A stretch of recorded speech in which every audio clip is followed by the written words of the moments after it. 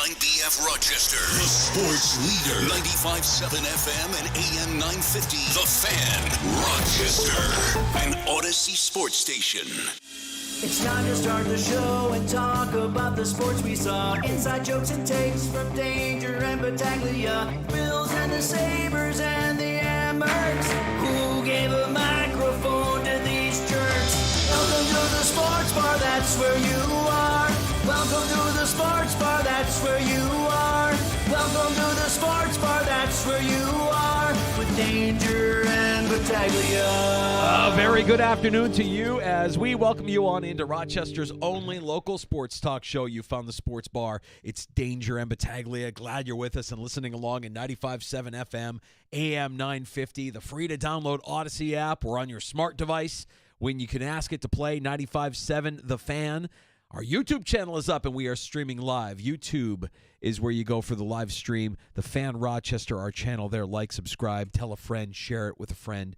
We're also streaming on Twitch at The Fan Rochester. I'm Danger. That's Battaglia. The sun is shining. It's Friday. Let's get there, boys. Let's get there. Let me start by telling you, Danger, I've given myself a suspension, maybe a lifetime ban from ever chewing gum again. So if it sounds a little lispy on my end or it sounds like I'm stuttering, it's only because I took half of my tongue off because I don't know at my age how to chew gum. Second time this week, I've clamped down on it and had to put gauze in. Right. So I'm just I need to explore this a little bit deeper here. So chewing gum is something that you're giving up for Lent, or you're quitting? You're just not going to chew gum anymore? I am self-aware to know that I don't know how to chew gum. You and I shouldn't be chewing gum for the 3 hours that we're on the air. That's poor form, right? Like eating on the air, chewing gum on the air, not good radio, not what we strive to do here in the sports bar. But you're saying outside of the sports bar, you don't know how to chew gum. I have been told I chew gum like a cow. The executive producer has told you that? Multiple people. Like I don't care. I'm doing yard work. I'm by myself. And it's Friday. I'm getting things done. And then I just right down on my tongue. So no gum. And if because you're not chewing gum, you bit your tongue is what you're telling me. No, while I was chewing. While you were chewing gum. So that's the reason why. So I just put a hole right in my tongue for the second time this week. Okay, that's enough. Well, nobody's going to be able to tell that you took out a chunk of your tongue while you're talking. I don't hear any discernible change in your voice or your delivery. I don't hear a lisp. I don't hear anything. I think you're going to be okay. I think I'll be fine. But if you're putting gauze, I mean, that you're getting into that. You're like, you really took a chunk out, huh? I'm just, No more gum. Playing hurt there. Gum's out. No more gum. Cutting things out of the show. Mm-hmm. No more gum. Okay. That you could just say maybe Lent, like give it up for Lent and then return, check it out. That maybe. I thought if you're doing things now, shouldn't you be doing that at the beginning? Like I always say, like, rather than what are we going to give up during Lent, I always try to think, what am I going to do more of? Like, what do I want to do to be better instead of what do I want to take out to be better? What can I do something more of to be better? But maybe that's just my distorted point of view as far as the Lenten season is concerned. We're not going to spend the rest of this afternoon talking about Lent. However, we are going to talk some Buffalo Bills. We are going to talk some NFL. We've got a great show lined up for you. We've got a couple of our favorite guests stopping by to kick off the weekend, including Bart Winkler joining us from Milwaukee, Wisconsin. He is on the Infinity Sports Network, weeknights here on the Fan Rochester, late nights on the Fan Rochester. And Bart, being in Wisconsin, has opinions on one Aaron Rodgers, of course. Yeah, if you think you find this amusing that the Steelers and the Giants are being held up, maybe the Vikings too, who really knows about Aaron Rodgers as he walks down the beach? I want to ask Bart too, does he think those photos were planted by Rodgers people? Was that real paparazzi, or was that Rodgers putting that out there? Bart Winkler is one of the best. He will be joining us in the 4 o'clock hour today, not just to talk about Rodgers, but who is kind of won and lost free agency so far. We will also get caught up with Dan Fates. We'll do a mulligan. We were trying to catch up with Dan yesterday, but it was busy at One Bills Drive with all the media availability. So we'll catch up with Dan today, everything that we heard yesterday, today as well. Dan Fates, Buffalo Plus, 13 Wham, stopping by the sports bar here in about 20 minutes. Yeah, and we'll get his thoughts here on the moves today. Now, Danger, get your thoughts here too. So one guy if you're a Steeler fan, you've heard of this guy. Third-round pick from a few years ago, Kendrick Green. He's a guard. The Steelers didn't think too highly of him as they swapped him to Houston a couple years ago. Appeared in 17 games with the Texans last year, started and won. Okay, that's a guy who's competing for a backup spot. This is the signing. The Bills bringing back corner Dane Jackson. Jackson, of course, drafted by Buffalo, leaving for Carolina, and coming back here for a second go-around. He was a seventh-round pick of the Bills in 2020. Here's my take on Dane Jackson. He does something that not every corner does in this league. Tackle. Yeah. He's a very good tackler. So when he's out there and he's trying to hold the edge or you get him in open space, I'm not too concerned. There's some other flaws in his game, and that's why when he left for free agency, not too many Bills fans were upset a few years ago. But let me tell you something. You could do a lot worse at corner 3 or corner 4, but right now, where does he pencil in? When he left Buffalo 2 seasons ago, he was 3 or 4. I'm trying to remember. He was kind of like corner 4, right? Because you had to make a trade for Rasul Douglas. Yeah. You still had Kyer Elam on your roster as well, and I think Dane was kind of like 3 or 4, maybe even cemented like as the 4th corner. Yeah, well, when Kyer Elam didn't dress the one night, you drafted Kyer Elam with the intention of, okay, that's the guy who's going to eventually take the job at Dane Jackson. That did not happen, obviously. Well, Dane Jackson returns. You're right. He's a good tackler, but if we're going to sit back and be like, well, the Bills are set with that, no, come on. Let's be serious. I mean, Dane Jackson, if he left here a couple of seasons ago as corner 3 or 4, then I would expect that's probably where he's going to end up if he makes a team at all. But I'll say this, Danger. Anybody wants to jump in, our phone number 866-4FAN, 866-4326. Now that we've reached the end of the week, we'll have the second phase of free agency coming up. There's still a lot of names out there. Guys that we're certainly familiar with in Buffalo that are available. But for now, if this is all there is for the Buffalo Bills when it comes to free agency and you're entering the draft, I don't think there is an area they really have to address in round 1. Probably it's corner, probably it's defensive line, but you could truly take the best player available. If there's a wide receiver with speed at 30, sign me up. If you have, say, a safety that could come in and compete, I'd listen to that too. Certainly corner is right up there at the top. But the year, for example, when they did draft Kyer Elam, okay, they had to do that because they didn't really have any other option at that point. This is a good position for Brandon Beane here entering the draft. Agreed. And when you talk about the second wave of free agency, now it's the guys that really kind of need a gut check, right? Like there's a belief that they probably are worth more than teams are actually willing to pay them. So it's pride swallow season where you're trying to come to grips with what an NFL team values you at and whether or not you want to continue or sign with that team at a reduced rate. And just kind of glancing at the different positions and who's available. Of course, we've spent a lot of time this week talking about Aaron Rodgers and Russell Wilson, both available at the quarterback market. J.K. Dobbins, Nick Chubb, Gus Edwards, Miles Sanders reportedly close to a deal with Dallas. Those are your top running backs. Amari Cooper is still out there, hasn't signed. Steph Diggs, still out there, hasn't signed. Cooper Kupp is still out there now that he's been formally released by the Rams. Deontay Johnson, Keenan Allen, some of the wide receivers that are still out there. And when you talk about corner, it's still Rasul Douglas. It's still Asante Samuel atop the free agent chart there of who's available. And I would imagine Rasul Douglas is probably one of those guys who's waiting for a bigger paycheck, and this is what I'm worth? Ugh. Where do I sign? Yeah. Do I sign? Do I sign? You're on the wrong side of 30, and all those names you rattled off, I mean, how many guys are up there? You're paying for a Josh Palmer because he's 26. You're paying for guys that have their best football ahead of them. You're paying for production. Yeah, you're paying for future production. Yeah, you're not paying for past performance, and there is a lot of that. But if Rasul Douglas is willing to come back for 1 year, say $2 million, I think Brandon Beane might listen to that. Maybe even that's too much at that point. But they need more at the corner position. You're going to need to bring in at least another vet, and I would sign up for Douglas. Drafting 2 guys at that position, too, probably would be the best move.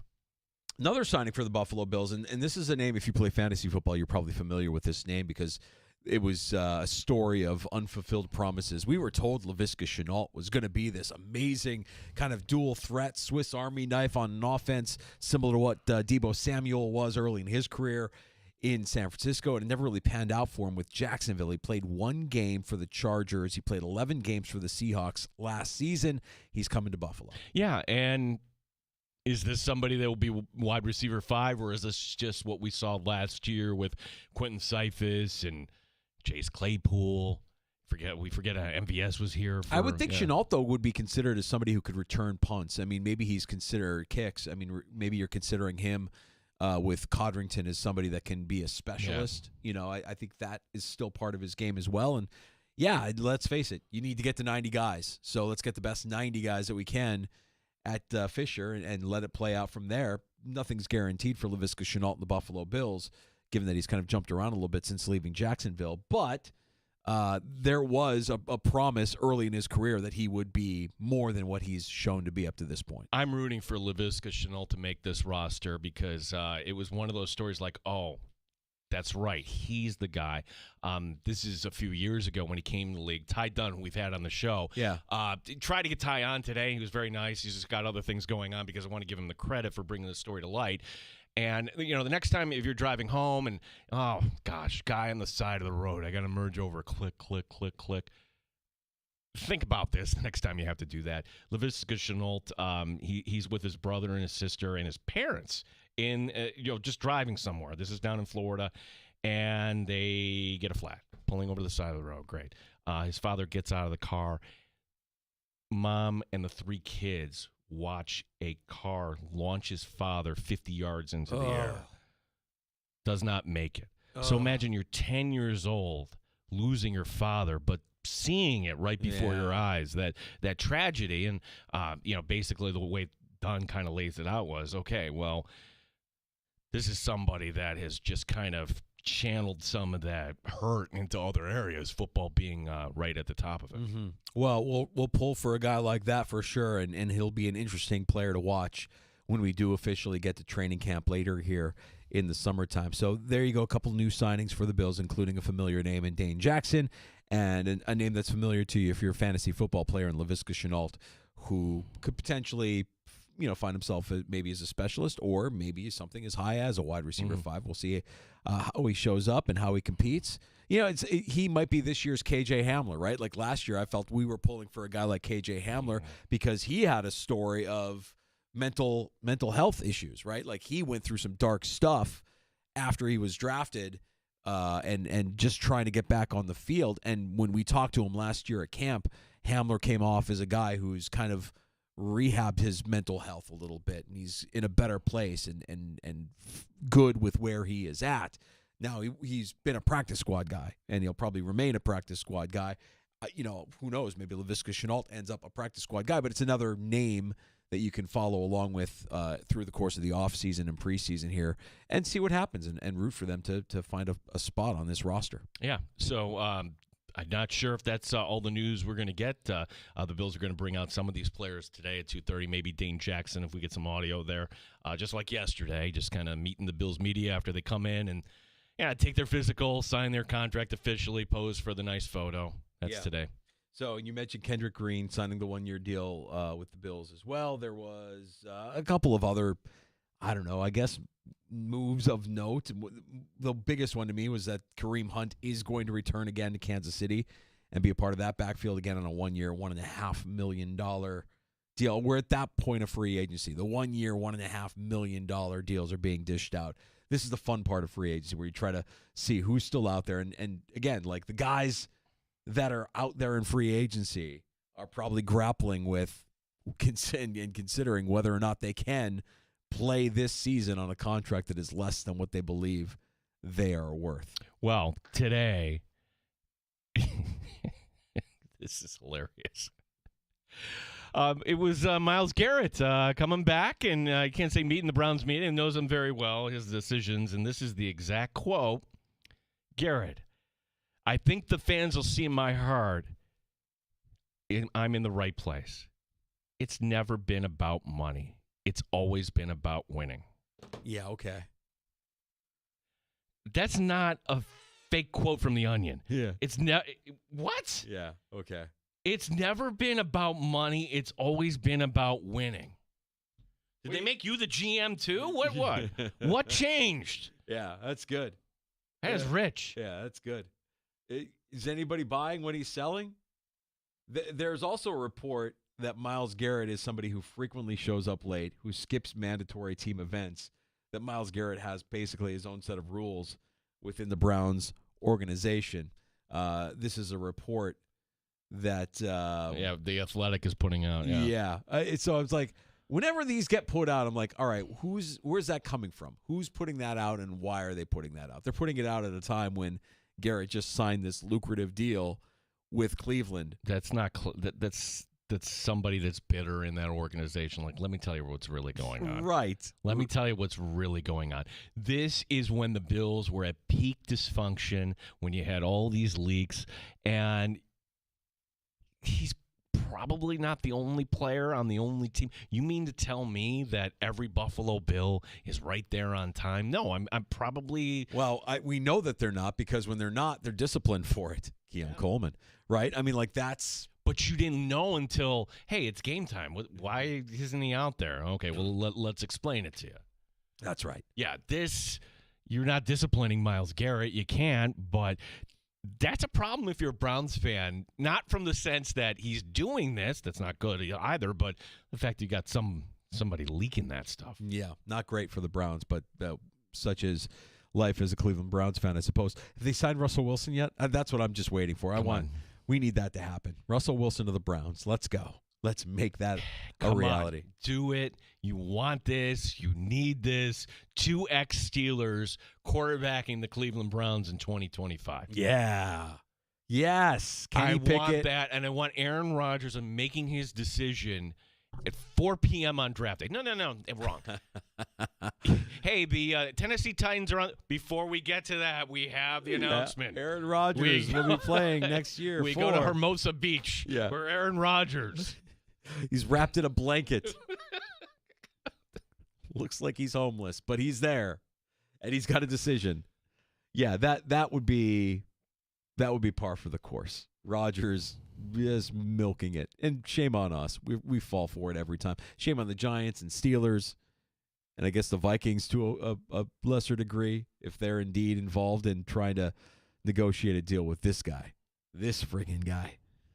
Dan Fates from 13 Wham and Buffalo Plus was in Orchard Park yesterday. We heard a lot from the new free agent class of the Buffalo Bills, including Joey Bosa and the return of DeMar Hamlin, Josh Palmer, lots of guys that spent time behind a microphone talking to Bills media yesterday. Some more today. Did we hear from Brandon Beane today? He did not speak today. No, I didn't get the alert that Beane would be there, but Ogunjobi might be speaking later today. He was on the list to talk, but it was going to happen a little later today. So if you had to see anything, cross my feed there. But that's good. If you're a Bills fan, you don't want Brandon Beane talking just yet. You don't need him to. No, just until every move has been exhausted there. I mean, is there a move still on the table for the Buffalo Bills? Other than you have to get the 90 guys. Well, yeah, when you consider who they're signing at this stage of free agency. Like it's guys on 1 year, $1.5 million deals, right? Like it's not, you're not going after the big swings. I think are over. They've kind of tapered off to where we are right now. We're in Dane Jackson and Laviska Shenault territory. So the bigger names are going to be reserved for other teams, I would believe. Yeah, nothing yet for Von Miller. I just see a lot of fan sites like from the Lions and other places just urging to sign Von Miller. And that's interesting though. I think about that because we hear that during the first week of the league year, the teams and the fan bases that are upset that their teams aren't active in free agency. And to that I would say, like, be glad that you're not active in free agency. It means that your roster is full of guys that you've drafted and developed and retained. I mean, like, that's the blueprint that Green Bay has always followed. And if you're hitting on your draft picks and you're able to retain, I mean, the Bills do it to a pretty good degree when you consider some of the guys that they've drafted and kept around. Well, what would you say is the bigger story?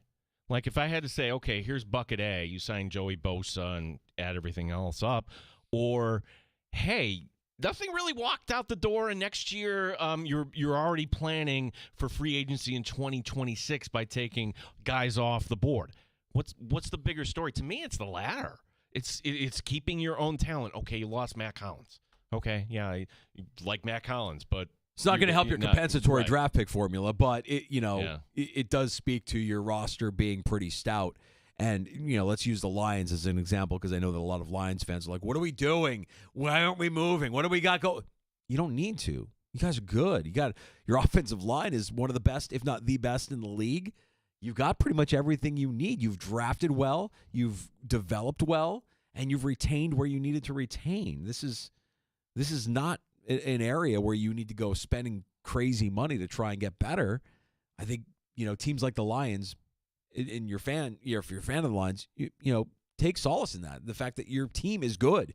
You've got a good roster, and you don't necessarily need to do what a team like the Bears is doing, right? They need to, out of necessity, go shopping in free agency. They have the cap space, and they need to overhaul some things. Well, the Lions are good, okay, but can we take Miami, for example? Like, did they? Okay, yes, you signed Zach Wilson. You've got a backup. Yeah. All That'll right, take care of all yeah. your problems.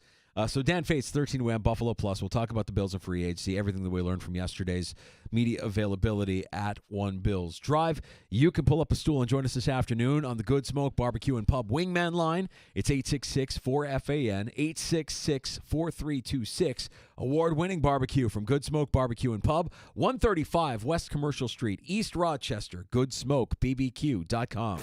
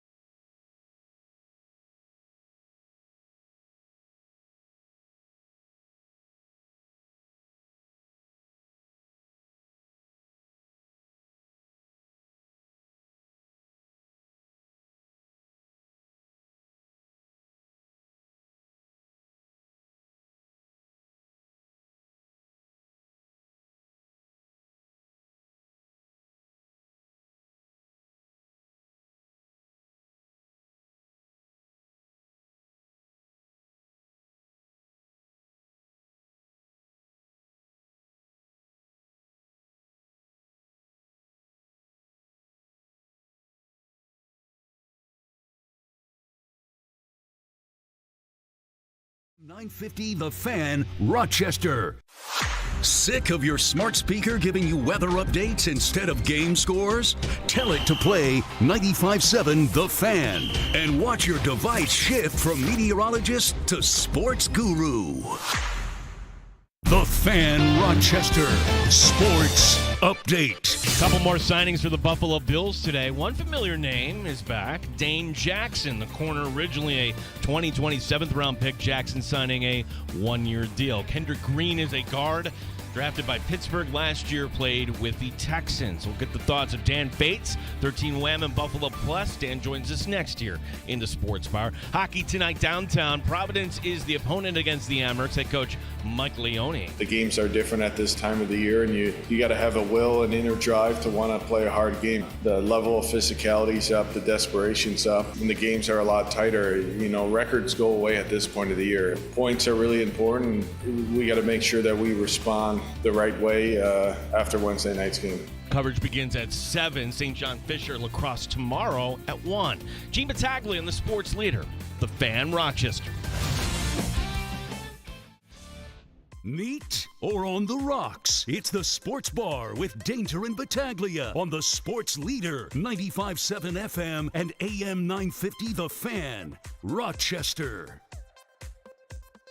Let's keep talking some Buffalo Bills. Dan Fates, 13 Wham Sports, Buffalo Plus. It's in Orchard Park yesterday all day. Lots of media availability. Learn more about the incoming free agent class of 2025. Dan, good to have you on with us. Appreciate the time as always, buddy. We've got a couple of signings today to talk about as well. But let's go back to yesterday and kind of recap some of what we heard from the incoming class. And we had a couple of ex-Chargers at the podium in Joey Bosa and Joshua Palmer. But let's start with Bosa, because I think Bosa probably had the quote of the day in talking about how Josh Allen was part of that conversation of him coming to Buffalo and how winning a Super Bowl immortalizes a team in this city. Yeah, it's really wild. I don't know if the shot has been taken on here, but I guess it's the low-hanging fruit. Couple guys from L.A., no palm trees in Buffalo. They just want to come here to win. Yeah, right. Crazy how teams can do that. Look, I was talking about it actually with my parents yesterday, in the fact of, it's crazy to hear Joey Bosa, 5-time Pro Bowler. I'm not saying he's a star still in the league, but he's still a really good player. The fact that he's saying, I'm getting old and I want to come to Buffalo to win. Like, isn't that wild to think about? 10 years ago, it was everybody pretty much went to New England because they wanted to get a chance to get a ring. Players now want to come to Buffalo because of the winning culture that is here. And to hear Joey say, I'm running out of moments. Time doesn't slow down for anybody. I want to come to Buffalo and I want to win, whether it's 1 year, 2 year, however long I'm here. And then you have Josh being the leader that he is, pretty much texted and reached out to everybody, FaceTimed everybody, and, just said like, hey, if we do what we set out to do, we'll be immortalized in this town. And he's right. And to understand the magnitude of that is great self-awareness by Josh. I think that's one of the best things about him. Understanding it's pretty crazy to think of these players coming to Buffalo to get to win, and Bosa being a big one. Josh Palmer, his signing. Now, Dan, I think there's a dichotomy here, meaning, all right, the film guys, the analytic guys, they kind of like what they see here, and they point to the separation. Yeah. And then, I don't know, like, where was all this production in Los Angeles? And, are the Chargers really that dumb to let him walk out the door just like that? So where do you come down on Palmer, one of the first free agent signings by Buffalo? Yeah, I hate to be this guy because it doesn't make for good sports talk radio, but it is somewhere in the middle. Like, I posted a video of him running past everybody in the Chiefs, called like a long 50-yard bomb, I think 2 years ago. And my take on it was, the Bills didn't have guys that could separate. That's just a fact. Josh Palmer, analytically, can separate. So I like the signing of Josh Palmer. Chargers fans saying he couldn't separate ever, all of these things. Look, I'm not saying that Josh Palmer is going to come here and catch 10 touchdowns and be a true number one wide receiver. But what I like is that he fills a hole that the Bills had as an outside wide receiver that can get vertical and can win. Probably better than what Amari Cooper at his age last season couldn't do. So he can be more than that. And again, the reason I think Josh Palmer has the highest ceiling out of a lot of these guys that they've signed so far is because one, you have the MVP throwing to him, and two, look, you're going to get chances. He's going to get snaps. He's going to be, a good player in the possibility of what the role he's going to be asked to do. He's not going to be asked to be Stephon Diggs from a few years ago. He's not going to ask to be Khalil Shakir and do all these things. I think finding out a niche for him in that role, I think has me excited for the possibility of what he could be. Dan, I feel like that's the wide receiver room to a T. It's a bunch of guys with upside, right? It's Shakir, who's a wide receiver 2 with potential wide receiver 1 upside. Same with Josh Palmer. And I guess it leads me to the question of whether or not the Bills will ever make an investment in an eye-popping wide receiver that can put up those ridiculous numbers, not because they have the potential, just because they have the actual talent to do it. Yeah, that's the big question. And I think there is still some hope that Keon can be that guy. I think there still is that belief. Now, it was very telling. I think we talked about it at the end of the press conference where both Brandon Beane and Sean McDermott were pretty critical of Keon's performance and his up and down season, as they put it, especially the way his season ended. But when we got to talk to Beane and McDermott kind of one-on-one during the season, at the Combine, they both kind of said, give him some time and let's see.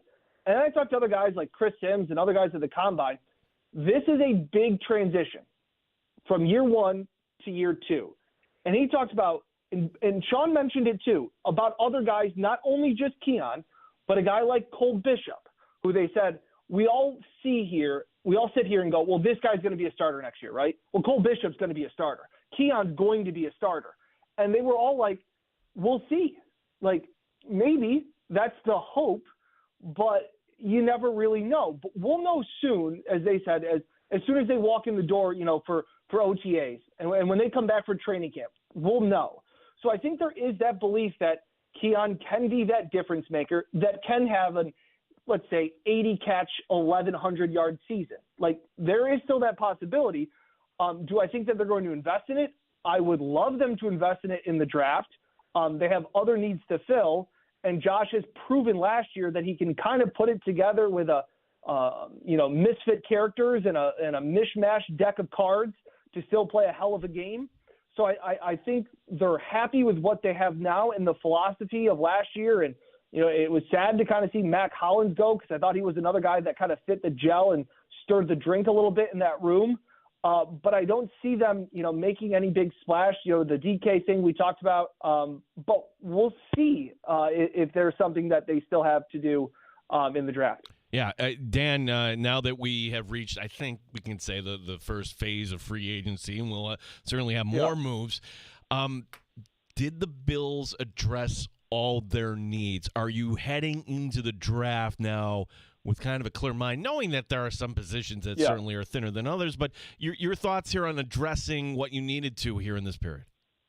I'm pleased with the aggressiveness of Brandon Beane to – I don't know if it's a full overhaul of the defensive line, but you've brought in pieces that I think have upside.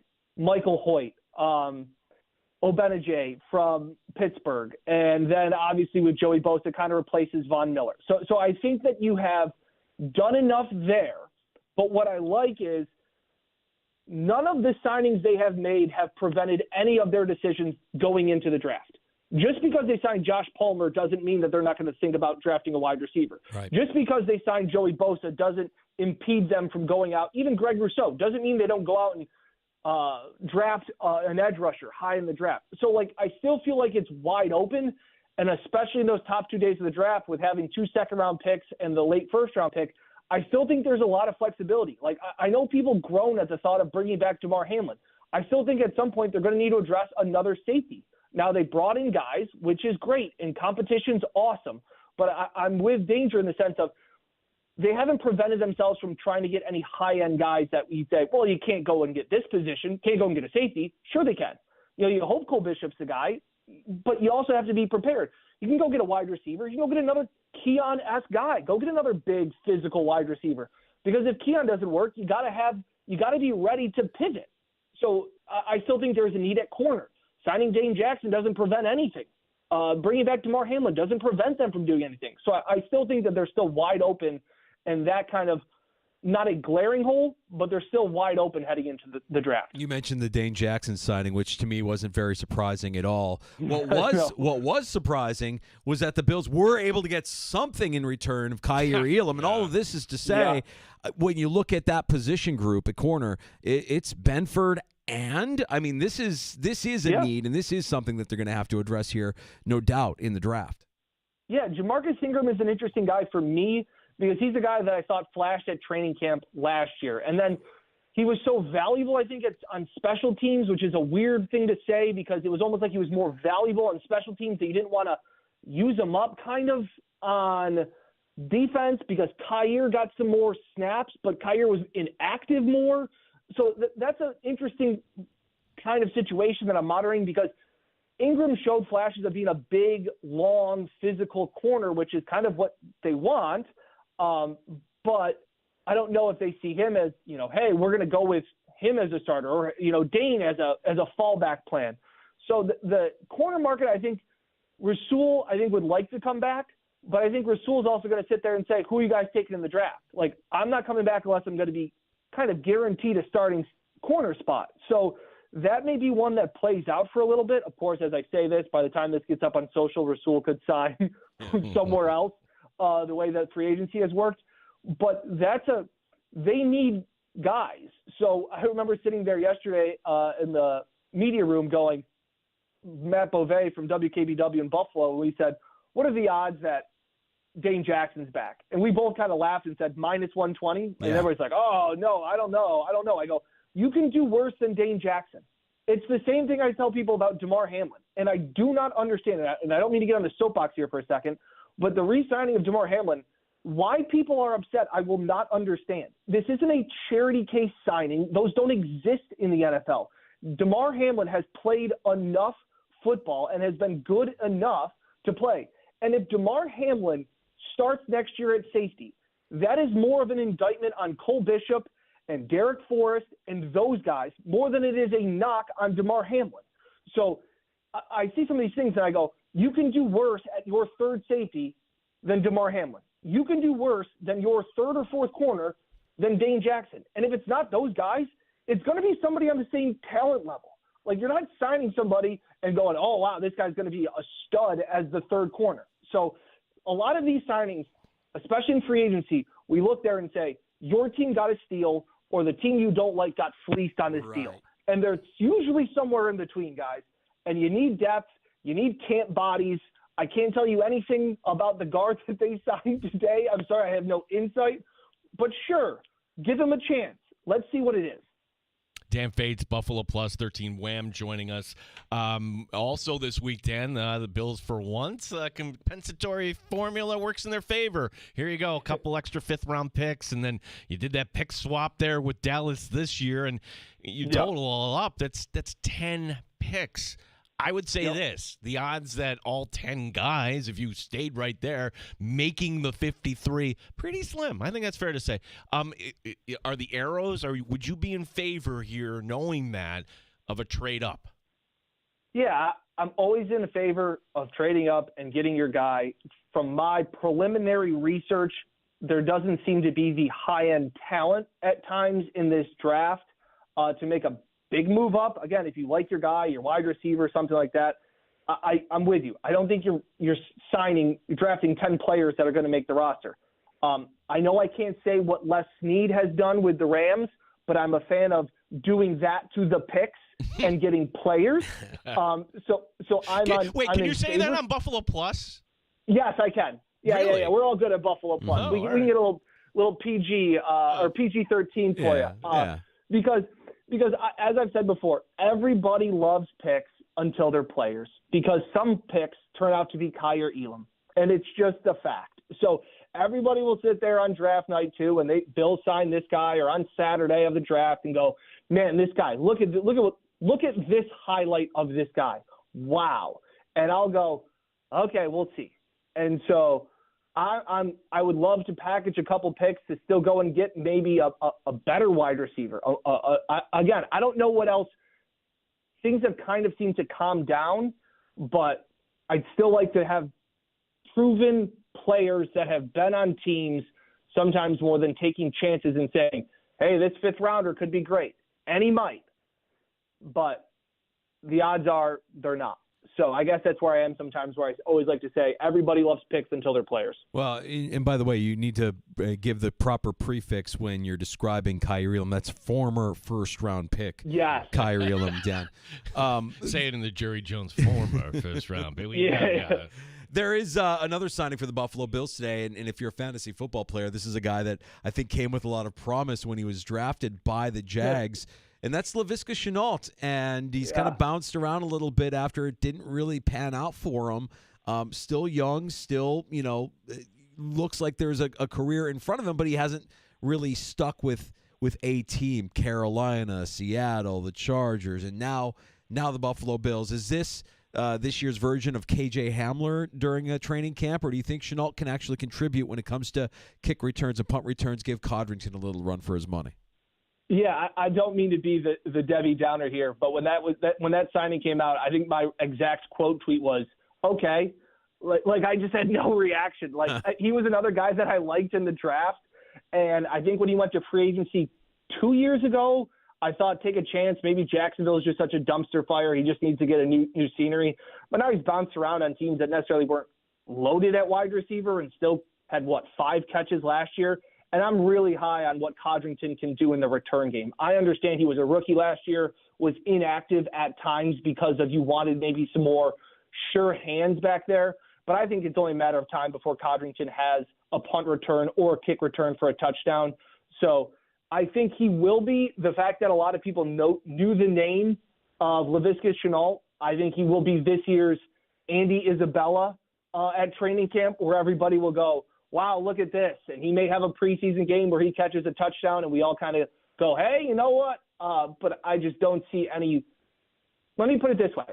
It will be bad if he's a factor in the Bills wide receiver room, because that means a lot of things would have had to go wrong for him to get meaningful snaps this year. Dan, a question that's a little offbeat. The photo of Aaron Rodgers on the beach, was that hilarious? Was that real paparazzi, or was that one of Rodgers' people taking that and making sure it got out in a different way? Hey, Gene, Rodgers doesn't have people. He doesn't have friends. He doesn't have leaks. He doesn't. I don't even know if he has a phone. I mean, I guess he told Schefter to lose his number, but apparently, what was it? McAfee today said that he does that all the time. So this is nothing new. He's just his long, thoughtful walks on the beach. As the NFL world waits on his decision is just, I could just throw up. The fact that we're still talking about this guy as if teams are waiting in the balance of him being all of these suitors that just can't wait for his decision. I do feel bad for whatever team ends up with him. My thoughts on Brian Daboll. Love him more than certain members of my family. I do not wish that on my friend Brian Daboll for him to go to the Giants. So, Dan, there is another scenario that we haven't really kind of talked about, because there has been a lot of talk about, will it be the Giants? Will it be the Steelers? Maybe the Vikings emerge as a player. I mean, the fact of the matter is Rodgers wants to make money, and teams don't want to pay him the $30+ million that he believes he's worth. The scenario of Rodgers just saying, you know what, I'm done. And maybe that's what the contemplating, long gazing looks on the beach are all about, really trying to decide if he wants to continue to do this at a price that he believes he's worth way more than. What if Rodgers just hangs it up? You've got 3 teams here, at least 2 teams, looking for starters that have kind of hitched their wagon to this, hoping that this happens, and he could screw both of them simultaneously. Yeah, he could do all of that. And it just seems to me that when Rodgers retires, he'll draw this out as long as he wants. And whether that's showing up at training camp and then making a good farewell goodbye, I just don't see Aaron Rodgers quietly walking off into the sunset, yes, pun included, of just walking off to the abyss of never hearing from him again. We've just seen what it was in New York and the circus that came along with him. Could he retire?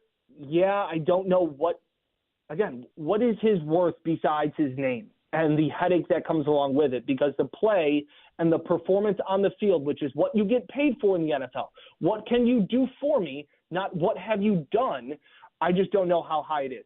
Although, Danger, I am sorry, I guess you'd be a fan of it too. To go to the Vikings would just be the funniest Brett Favre arc of all time. No question. Oh, no, we're pulling for it. Yeah, we want this. We want chaos. Yeah. I mean, we want that. We want Russ in Cleveland. We want chaos. I mean, that's what we root for here in the sports bar for sure. I want Jameis somewhere that I can watch him play football. That's what I want. Well, Jameis is just good for the league. We need Jameis in a role Great for the league. where he gets plenty of face time. That's exactly what we need. Absolutely. Dan, what are you working on at Buffalo Plus this weekend? What can we check out? And the work that you and Mike and Jenna are putting together here as we now start to shift our gaze towards the end of April in the NFL draft. Yeah, Mr. Catalana, the Hall of Famer that he is, getting some well-needed time off, getting some vacation this week. So Jenna and I are holding down the fort. We're going to do some of our interviews that Mike and I got at the Combine a few weeks ago. We caught up with Chris Trapasso, going to more of the defensive tackles, edge rushers, wide receivers the Bills could be targeting. Also, we caught up with Mike Giardi of the Boston Sports Journal. The Patriots have been busy. It's still interesting to see what they do in the draft. They are spending like the salary cap isn't real, which is very interesting to me. So we'll have those two interviews and podcasts and more coming out this week. And you're a hockey guy, too, here. Your level of concern with the Amerks here, trying to break a 5-game slide.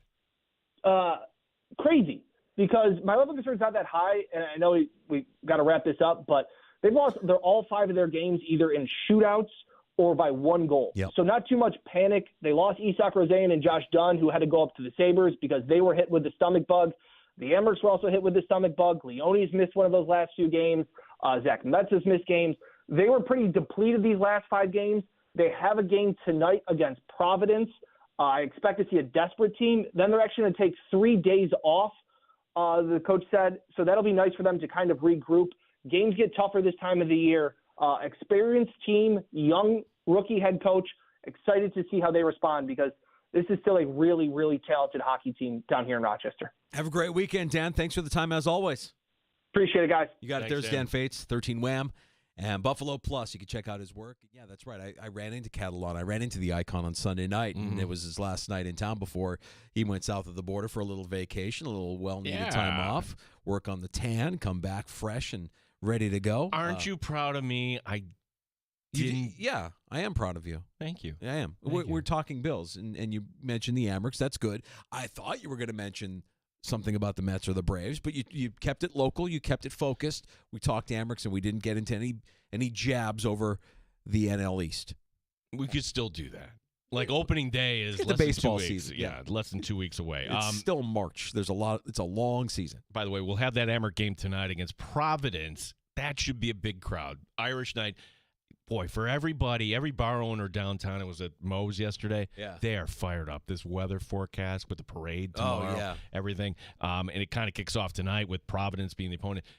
With the time off, you got to win tonight. Big crowd tonight. Got to win this one. Got to win tonight, and you're right. This weekend, with the weather looking nice tomorrow, it's like a rite of passage. It's either what we're going to get tomorrow, which is nice, and everybody comes out and everybody, kind of like, wakes up from hibernation, or the weather is just doo-doo and you can't really do anything. You don't want to go out. It's gray, it's snowy, it's cold, whatever. I mean, we've been through enough of these St. Patrick's weekends in Rochester to know it's hit or miss. You're firing up the egg? I'm not. Oh, I'm kidding. Well, Gino, I got a lot going on at the house, man. I mean, I don't want to bore everybody with my problems, but I've got a lot going on at the house to the point where that's a luxury. When I can fire up the egg, then you'll know that there's some progress being made on the home front. But right now, there's just a lot going on. Lots of plates spinning at Chateau Dangereux. Chateau Danger. We're going to take a break. We're going to come back, and we'll be joined next hour by our buddy Bart Winkler, talking about Aaron Rodgers. And, we really haven't spent time talking about Rodgers basically saying F you to everybody and saying, I'm not going to play next year because I want to make more than the $33 million that Sam Darnold is making to be a starter. And if you don't think I'm worth that, then I don't want to be a part of your organization. The person that leaves an employer and doesn't take the high road and takes a little jab, Not very mature. We have that story in the NFL today. Oh yeah, and from the most likeliest of teams as well. Right. Not a surprise, but we'll get to that and Bart Winkler plus your calls at 866-4FAN 585-866-4326.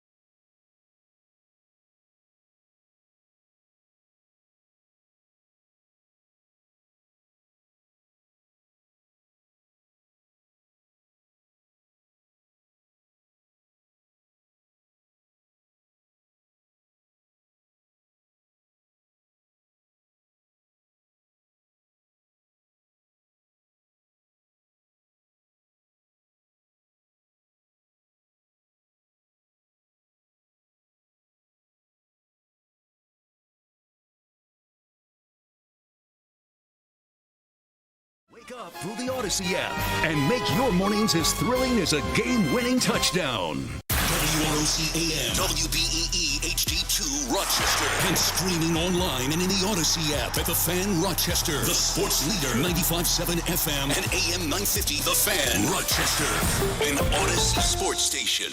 The Fan Rochester Sports Update. Couple signings for the Buffalo Bills today. Dane Jackson is back. The corner, originally a 7th-round pick in 2020, signing a one-year deal with Carolina last year. Kendrick Green also signing.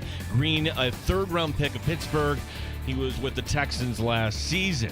Rochester Americans look to snap a 5-game slide tonight. Providence is the opponent. Head coach Mike Leone wants his team to stick to basics. So it's just important that regardless of the score tonight, whatever happens, that we got to play good team hockey and that we play the game the right way. And it's a really good test for our group. The last 5 losses, all by 1 goal. Our coverage will begin at 7 here tonight on the Sports Leader. Sabres hockey tomorrow as Jack Eichel and the Vegas Golden Knights come to town. That game will be heard on 96.5 WCMF as we have St. John Fisher Lacrosse tomorrow at 1 o'clock. Gene Battaglia on the Sports Leader, 95.7 FM and AM 950, The Fan Rochester.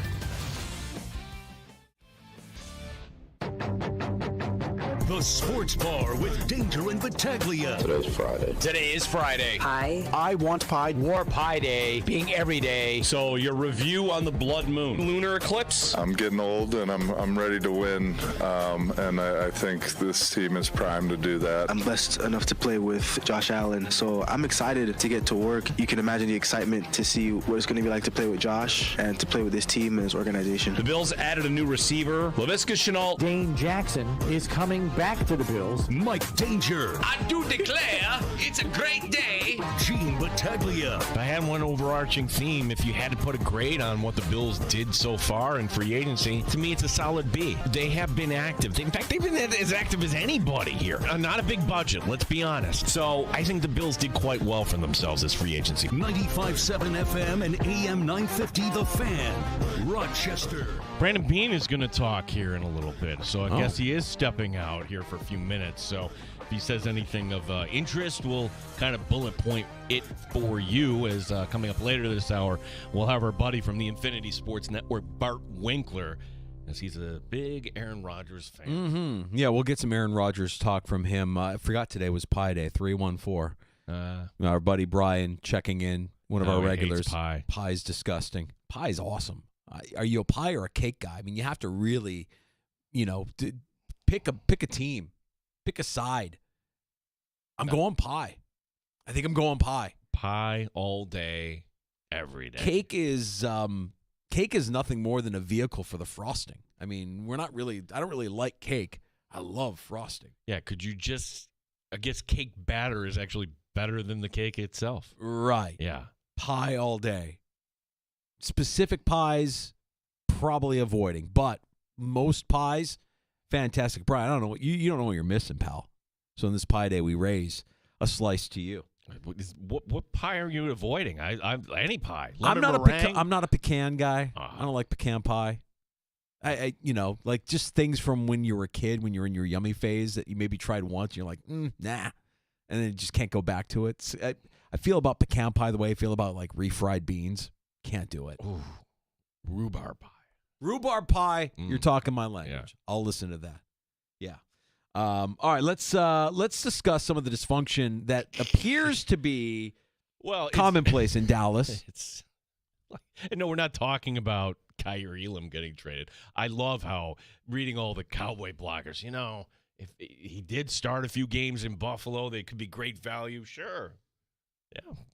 I'm not necessarily willing to turn the page on Kyrie Elam and say, oh, because it didn't work in Buffalo, he's going to be a bust. Like, sometimes a change of scenery does matter. And the good news for the Cowboys is he's barely played. He's fresh. He's still an athlete. He's still athletic. He's still fast. He's better man coverage than he is zone. And if they have the right scheme for Kyrie Elam, he gets on the field, he can make some plays. It to me, it just seems like an off season where if you're a Cowboy fan, you're like, hey, I like Rico Dowdle last year. He's out the door. You bring in Javonte Williams, who you bring up the fantasy, like, oh, my gosh, that guy always, like, yes, in Denver, salivating, and then you get him, and he doesn't do anything for you. And Miles Sanders, who is just kind of a guy.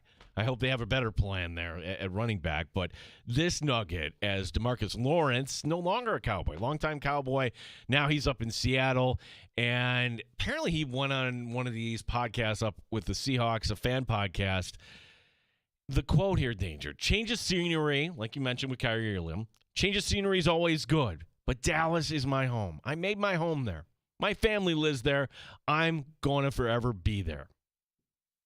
Okay. It would have been nice if he just stopped there, but he didn't. He continues. But I know for sure I'm not going to win a Super Bowl there, so yeah. Which is funny because he's going to Seattle. It's like, are you going to win a Super Bowl in Seattle? I mean, are they better positioned as an organization to make it to the big game than Dallas? Maybe, but Seattle is going through its own stuff right now as far as ownership and everything from the top down. So, okay. Well, in this day and age, you don't need a reporter to wait around for somebody to put a microphone in your face or call you on the phone. Micah Parsons saw this right away, the leader on that defense. You could say the leader on the team. You could say the best player. I'll say the best player on the team. And where the Buffalo Bills' best player takes the high road and everything. Well, Parsons came out, had a different take, called it an example of rejection and envy and clown-ass. Maybe if we're just doing YouTube alone, I could say what that word is, but my take, good on Parsons. The person that bashes their former employer. Look, we all know Dallas has their issues, right? But we all know that person that once they leave, yeah, that's going to get you a few likes on Facebook. Yay for you. Right. In reality, it reflects poorly on you. Right. Well, look, everybody at their job hates the man, right? That's a universal truth. Like if you work and you make money and you pour your heart and soul into something, and there's somebody telling you that you're doing it right or doing it wrong, most people don't like the man, the boss, whoever it might be. This isn't that. This is like, oh, we were colleagues. We were brothers. We were both getting after it, and I'm for sure not going to win there, so I'm going to go somewhere else. I'm with you. I like that Parsons kind of stood up for his team, and that's the kind of move that a leader makes. It's not necessarily a high road thing. And I know that there was a follow-up, by the way, from Lawrence, who basically said, if you spent less time tweeting and more time winning, maybe we could have done more in Dallas. The back and forth happened, and Parsons is going to get his. When it's all said and done, that's the guy that's probably going to end up the highest paid non-quarterback in the NFL, because when he is on the field, he can take over a game. He is a wrecker. But this year for Dallas, this offseason for Dallas, starting with their decision at head coach, I mean, it's been a less than inspiring offseason for the Cowboys. It hasn't really been anything to make you feel going into the season that things are going to be that much better than they were during last season's disappointment. Yeah, what are they going to do in the draft? Like every mock draft is going to have them taking Ashton Gent. And is that going to fix everything?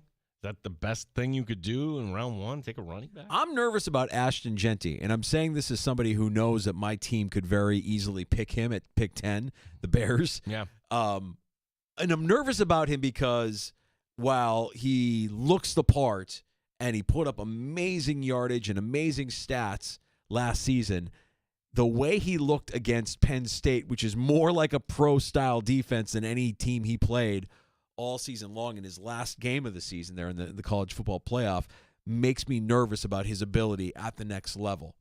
I want to be wrong about that. I want to be a fan. I want to see that, he's bulked up or he's done what he needs to do to be a more explosive back at the next level. But seeing him kind of get muted by Penn State was a little eye-opening to me, and I'm a little bit nervous that Genty was feasting off of lesser competition. I'm not going to go there because it was actually my son who would say, hey, you got to watch this guy. And okay, it was one of those FS1 games. Like, whoa, this is impressive. This looks different. You don't have to be this big-time NFL talent evaluator to know that's a first-rounder when you see it, where he's breaking tackles and you have the speed and everything. I wouldn't worry about Chicago, but is there a team, if he gets by Dallas at 12, could he land it? Are Bills fans nervous if he lands in Miami at 13? The answer is no. No, you're probably rooting for that. No, what makes me nervous about Miami is the thing that's always made us nervous about Miami's backfield. It's the speed. It's Tyreek Hill and out wide. It's the speed of Waddle. It's the speed of the other, not Mostert, but Devin Achane. Yeah, Achane. I'm sorry. Jeez. I'm got a block in my head. Achane is fast. And one thing we know about the Bills' defense, while they're fundamental and they're, they don't miss a lot of tackles and all that good stuff, they're not fast. There's not a burner on the Bills' defense or many defenses that can keep up with a guy like Hill or Achane. That's what would make me nervous. That's what makes me nervous about Miami's offense. I think Matt Milano's the guy I got to watch. Because Milano has that speed at that position. He can track down. When he tracked down Bo Nix last year, okay, there's the Matt Milano. So at the safety position, yeah, the Bills got a little, long in the two years ago, and they're still trying to find the answer there. So you mentioned Milano, and I'm going to bring this up because I know it's being talked about more so in Buffalo than maybe it is here in Rochester. But the Bills have a player in their backyard who, if you wanted to, right now in this year's draft, could bring in as a potential replacement for Matt Milano. I'm not talking about Joe Andreessen. I'm not talking about Joe Buffalo. But UB linebacker Sean Dolak had an unbelievable pro day, and when you look at his measurables, they compare very comparably to what Matt Milano did coming out of BC. Just throwing that out there. There's always that, right? When you see the Bills bringing guys in free agency who were born in Canada or who are familiar with the region, it wouldn't surprise me if a guy like Dolak at some point gets a look in the late rounds, or if he does go undrafted, and I haven't looked at any mocks to see if or where he's going. Watch out for that one. Yeah, Ryan Talbot's brother is involved with NFL Draft Diamonds, and they're saying exactly like Milano, fifth rounder. How many picks do the Bills have right now in the fifth round? Not one, not two, but three. I'd also say this, too.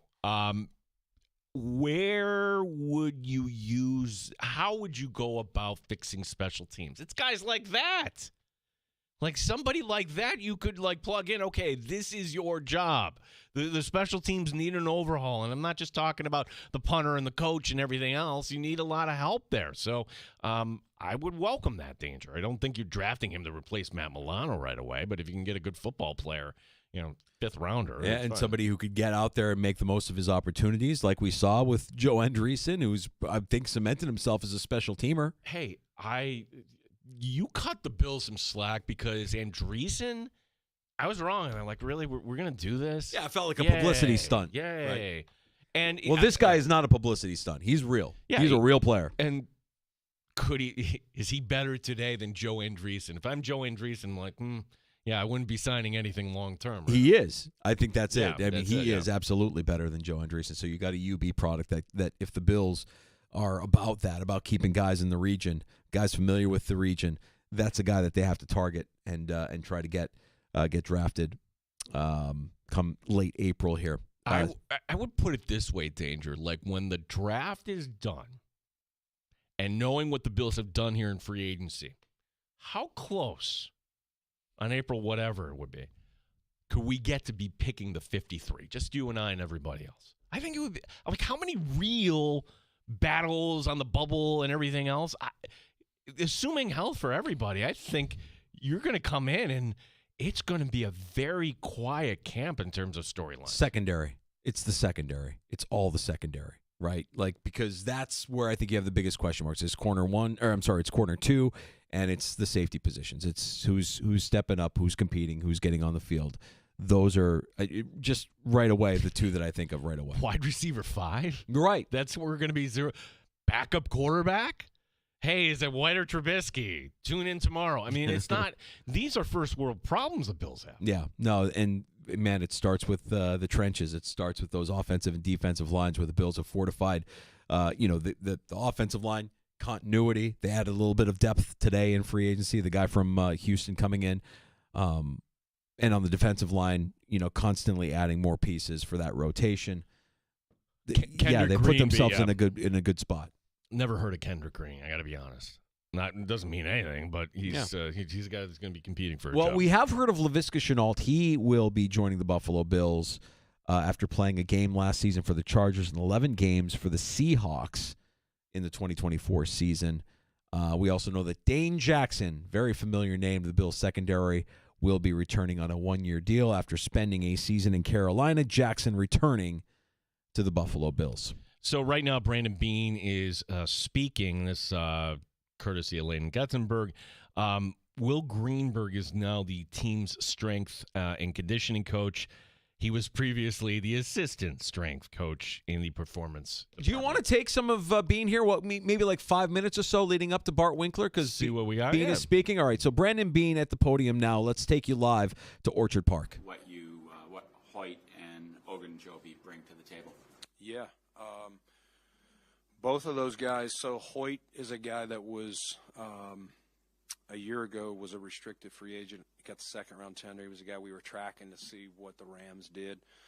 Really thought he was our type of player and knows how to rush. He can play multiple spots, versatile, motor, just understands the game. And Ogunjobi's a guy, I knew him he's from North Carolina. I didn't know him personally, but knew him through –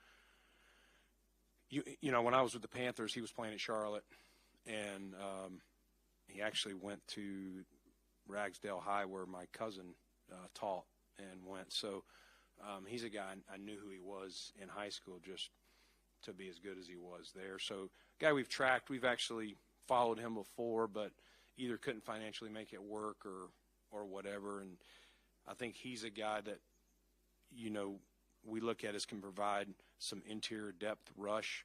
Pittsburgh was using him a little bit different than Cincinnati did. I think he had a 7-sack season. Not as many sacks the last few years in Pittsburgh's D, what he was asked to do. Maybe a little more two-gapping than penetrating. And while I'm on those guys, there's a couple things. Part of the delay, I'll start with Larry. Part of the delay with Larry was he received, around this time after we agreed, he got a notice that a PED, pending suspension. So he came into my office yesterday.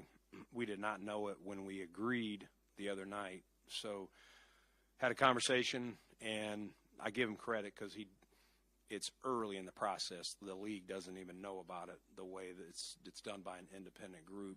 But he was very forthright. He was Pittsburgh's man of the year. Like, he's a good man. He's played 8 years in the league and never had a blip. And so, that's obviously frustrating for him and a little bit of a setback for us. And so, but we've talked it through. We're in a good spot, but that's part of the delay. We did get him here yesterday, and there's some contractual things that we've had to work through. And so he hasn't officially signed yet, but he should be signing shortly. But again, so he will be out the first 6 games. And the second curveball here is Hoyt we knew about. So we were aware of his, and I would not have done 2 guys, but we did a 3-year deal with Hoyt knowing his situation. Same thing, he's been in the league 5 years. I think his was earlier. We were made aware of it. There's a thing we can get with the league that we can find out his status we knew, and we talked it through with his agents. So, so it's not ideal to have 2 guys with that. But both guys have never had any issues off the field, and, it's a tough lesson of where do you get your supplements or whatever happened. And I think Larry you guys can ask him, I think he's planning to talk to the media. Mike will be up next because he has signed. My understanding from Mike thinks, he knows what happened, but where, and then Larry does not know, still looking into it, but wanted to just expedite it and be done. He could have drug it out. So we're going to have to, and we've talked about this since we got that news yesterday, we're going to have to kind of treat this as if we know now that a couple of guys are, injured in camp, and you're going to, you put them on IR to start. So the way that would work, those guys will be out the 6 games. They be out. They have to be out of the building 4, and then they can come back for 2 and begin play week 7. So they'll be with us in the off-season program, the training camp, and then when you make the 53 cut. So again, we'll be okay. It's just kind of planned for one. The other one, he literally got the letter, Larry did this week. Honestly, did not have to tell us because the league, when I called them, they were unaware of it, and it all added up to when they get these tests, there's more than one sample. There's one sample, and then like 3 weeks later is the next sample. Until both have been tested, the league is not made aware of it. And so, but again, we'll embrace those guys. And if they were guys that this had happened before, we probably would have avoided them. But again, Larry's been in the league, man of the year, 8 years, and sometimes, whatever. And again, he doesn't.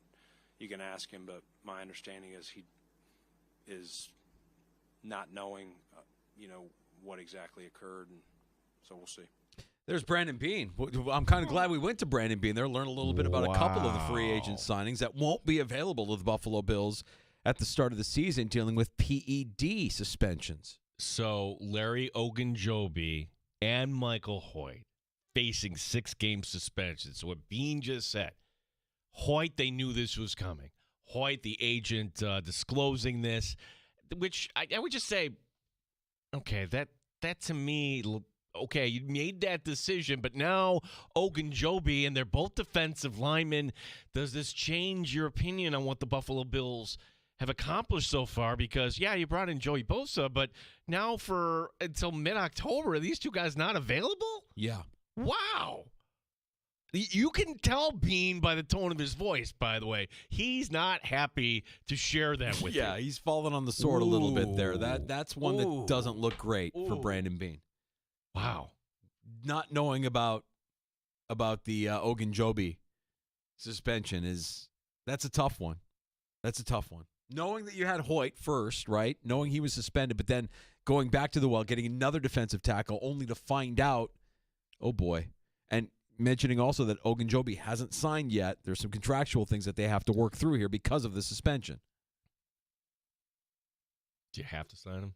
Is that bad form if you say, hey, he disclosed it? This is just a bad look. Wow. It's bad look overall. All right, let's break here, shift gears. Bart Winkler of Infinity Sports Network, you hear late nights on the Fan, Rochester, joining us from Wisconsin. We'll get his take on Rodgers' watch, what could actually happen here with a quarterback that looks like he may be holding up 1, 2, or 3 teams hostage as he tries to mull over his future in the NFL. We'll speak with Bart Winkler about that and more NFL goings-on next on the Fan Rochester. Before we do that, let's give away some free tickets to see Deftones with special guest Fantagram. They're coming September 1st, KeyBank Center. Tickets go on sale Monday, 10 a.m., livenation.com, or you can win them before you can buy them right now if you're caller 5 at 585-866-4FAN, 866-4326, caller 5 for a free pair of tickets to see Deftones at KeyBank Center on September 1st from 95.7 The Fan Rochester. You're listening to The Sports Bar with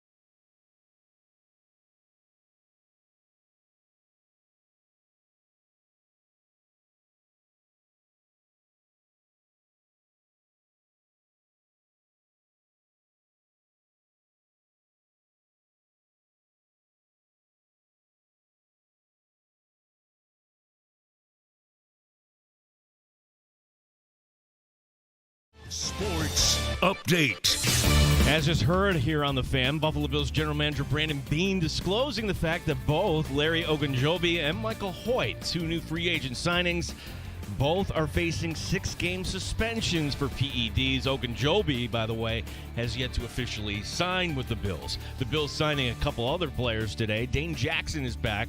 The corner originally a 7th-round pick from 2020. Jackson last year with Carolina. Kendrick Green also signing. Former Pittsburgh 3rd-round pick. He was with the Texans last season. Rochester Americans look to snap a 5-game slide tonight. Providence is the opponent. Don Stevens and Edwin Mossbrooks will have your call beginning at 7 o'clock. Sabres, of course, finishing out the string here. They're hosting Jack Eichel in Vegas tomorrow. That game you can hear on 96.5 WCMF. Gene Battaglia on the sports leader, The Fan Rochester. Pull up a stool and join us. 585-866-4FAN. 866-432-6. The Sports Bar with Danger and Battaglia on the Sports Leader. 95.7 FM and AM 950, The Fan, Rochester. Let's go to Wisconsin, talk to our favorite cheesehead. You hear him late nights on Infinity Sports Network. Talk some Aaron Rodgers and other NFL happenings with Bart Winkler. Rodgers going to drag this out like we know he is, Bart? Or do you think this could be like, when we see Rodgers wrapped in a blanket, gazing off into the ether and trying to mull over his future, do you think Rodgers actually hangs it up because his ego can't stomach signing something for less than $33 million a year? Good question. Let me retort with another question. Have I, in my times with you gentlemen, have I ever said anything positive about Aaron Rodgers? Can you recall? Nothing comes to mind, no, Bart. I'm thinking.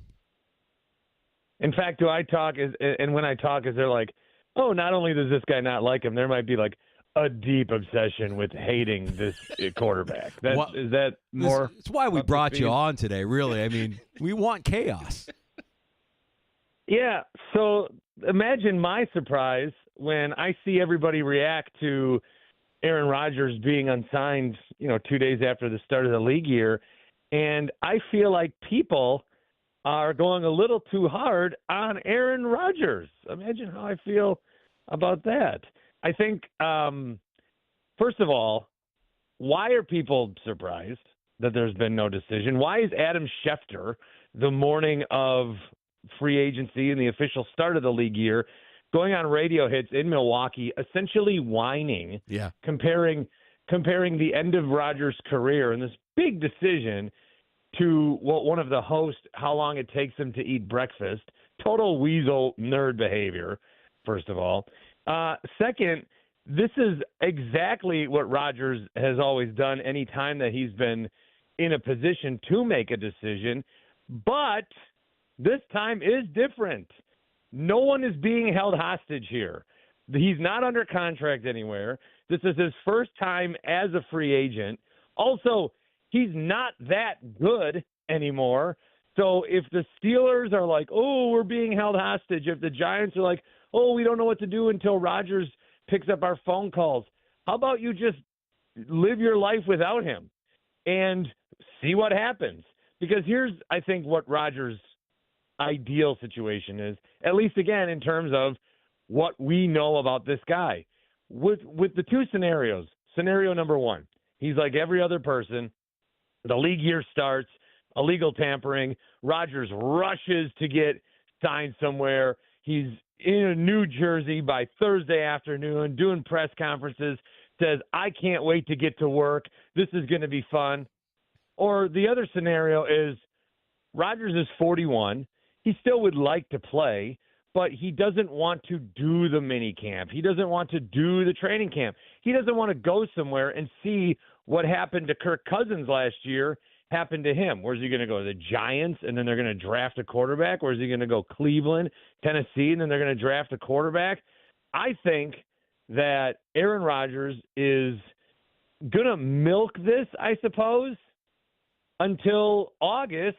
And if you're like the Steelers and you've got Mason Rudolph under center, are you going to turn down a phone call from Aaron Rodgers? No. Plus, if he comes in later in the year, that's less like time he has to get coached by someone. More he can come in and be like, my terms, my rules, you needed me. Maybe he signs in the next week, maybe he doesn't. But I think like everything that we've seen about him would lead me to think that we're not days or weeks away. We're months away from Aaron Rodgers putting on a jersey somewhere else. And you know what, Bart? I mean, it is such a great point that this is the first time in his career where he's been a free agent, where he can be afforded the time and the luxury to make the decision that he feels is right for him and his future. And we shouldn't feel sympathy for teams like the Steelers and Giants, these old run, like stodgy, we do things the right way. And like, if you do things the right way, you'd have a plan at quarterback, which you clearly don't right now. Nobody is being held hostage. I agree with that take. I think that's really a smart way of looking at it. Well, and also these teams that may sign him are not good. And they're not an Aaron Rodgers away from going to the Super Bowl. The interesting wrinkle in all this would be Minnesota, and we haven't heard anything from Rodgers' side, but you've got a couple reporters that are really putting in the work to try to tell you what Minnesota is thinking, which I'm not sure I believe. I don't really know who to trust anymore, honestly, in this business. Everybody has got their own agenda, so I don't know what's going on. But Rodgers, like, he hasn't asked you to look at him, and maybe he set up some paparazzi when he was walking on the beach. That was a little bit weird. But Minnesota would be the one team that, okay, if you bring him in and we've got some good weapons, Aaron Jones is in the backfield, they're buddies, they played together for a long time. Obviously playing with Justin Jefferson and Jordan Addison and TJ Hawkinson would be nice. I think, Kevin O'Connell could be a good kind of person in his ear. But the Vikings, that'd be a one-year thing. They have J.J. McCarthy. They've already sort of chosen, if we're going to bring in a veteran for 1 year, we had that opportunity. We did not extend that opportunity to Sam Darnold and franchise him. We're ready to go with J.J. McCarthy. Do we think that Aaron Rodgers at 41 would get more out of the Vikings than Sam Darnold in his second year with that team? I don't think so. I think for Rodgers, it would be the best situation for him to get him to a Super Bowl, but it would also be the least amount of money he could probably make. And that's the other thing. Like, what does Aaron Rodgers want? Does he want to win a Super Bowl? I'm sure he wouldn't mind it, but I don't think that's what's motivating him. Does he want money? As you guys said earlier, I don't know that he wants or needs money, but it's a little embarrassing when you've been making a certain amount for so long and then you make way less. Does he want to just play football because he's got nowhere else to go in his life? Ding, ding, ding. That's what I think. What's he doing if he's not playing football? He doesn't have a family. He doesn't have responsibilities.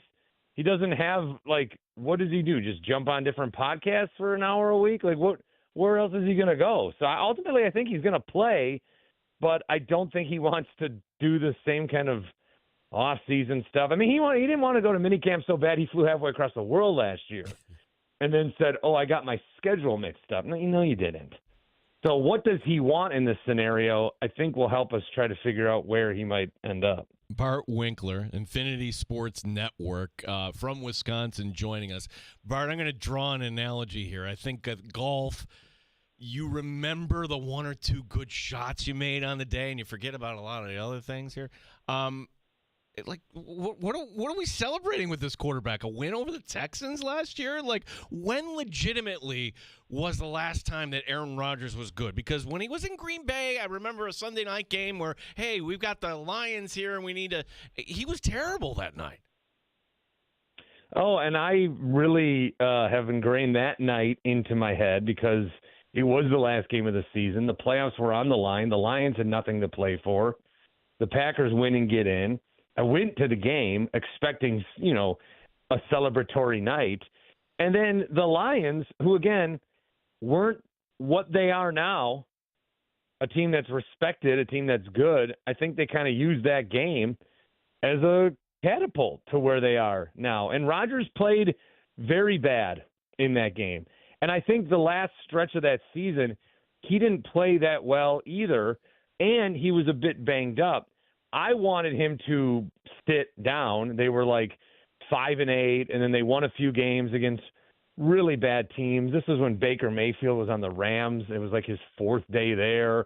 They beat some other teams that were no good at the time. And I wanted to see Jordan Love get in because, the Packers, the clock was starting on, are you going to pay this guy and what do you have? But I think Rodgers, like so much of this, has inadvertently drawn from his time under Brett Favre in terms of what kind of position he's in today. That year, he didn't want to sit down. He didn't want Jordan Love to get reps because what if he got reps and then what if he was good? In Favre's final year in Green Bay, there was a Thursday night game against Dallas where Favre left the game. They were down like 25. Rodgers brought them back to within a score, and they almost won a game, and he looked amazing, and everyone thought, okay, this is going to, he's the quarterback next year. I don't think Rodgers wanted that situation. Same thing with how Favre he wanted to continue to play at the end, but he didn't want to do the mini camps, and he didn't want to do that kind of stuff. And now we might follow the same trajectory from Green Bay to New York to Minnesota. So I don't think it's not intended, but it is funny how history is sort of repeating itself in this way. But yeah, again, to what you asked, if you're Pittsburgh, I'm just calling Russell Wilson back. We know what you are. We had 10 wins last year. Now we've got your old buddy DK Metcalf. I would just go back. Sometimes people break up and get back together because they're like, oh, dating's hard and bad. It sucks.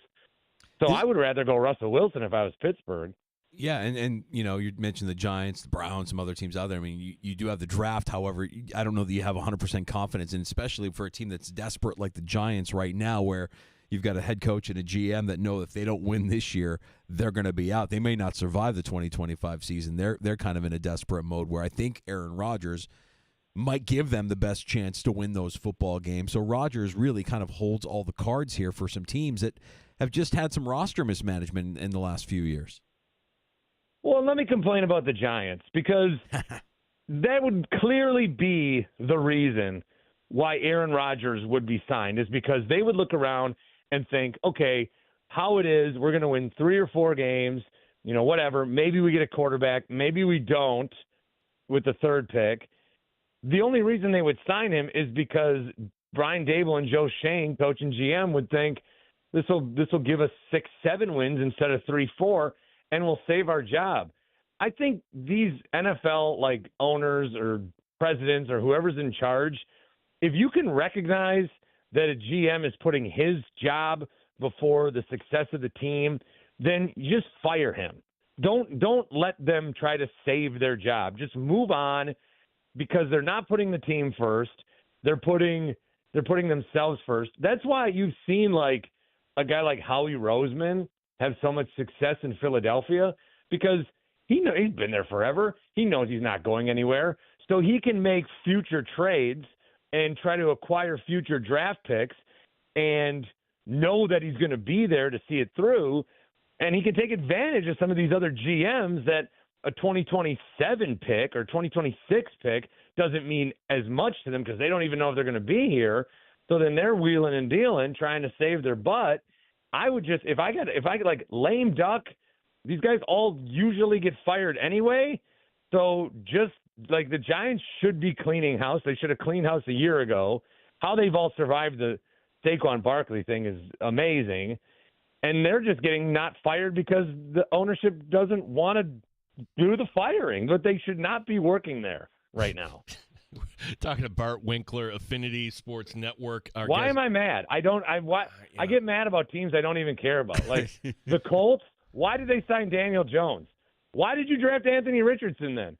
Why do you have a quarterback that you keep the biggest impediment to Anthony Richardson being good on the Colts is the Colts. Let him play. What are you doing? Okay, how about the Cowboys? We're laughing and pointing. Like Kyrie Elam, we saw him up close.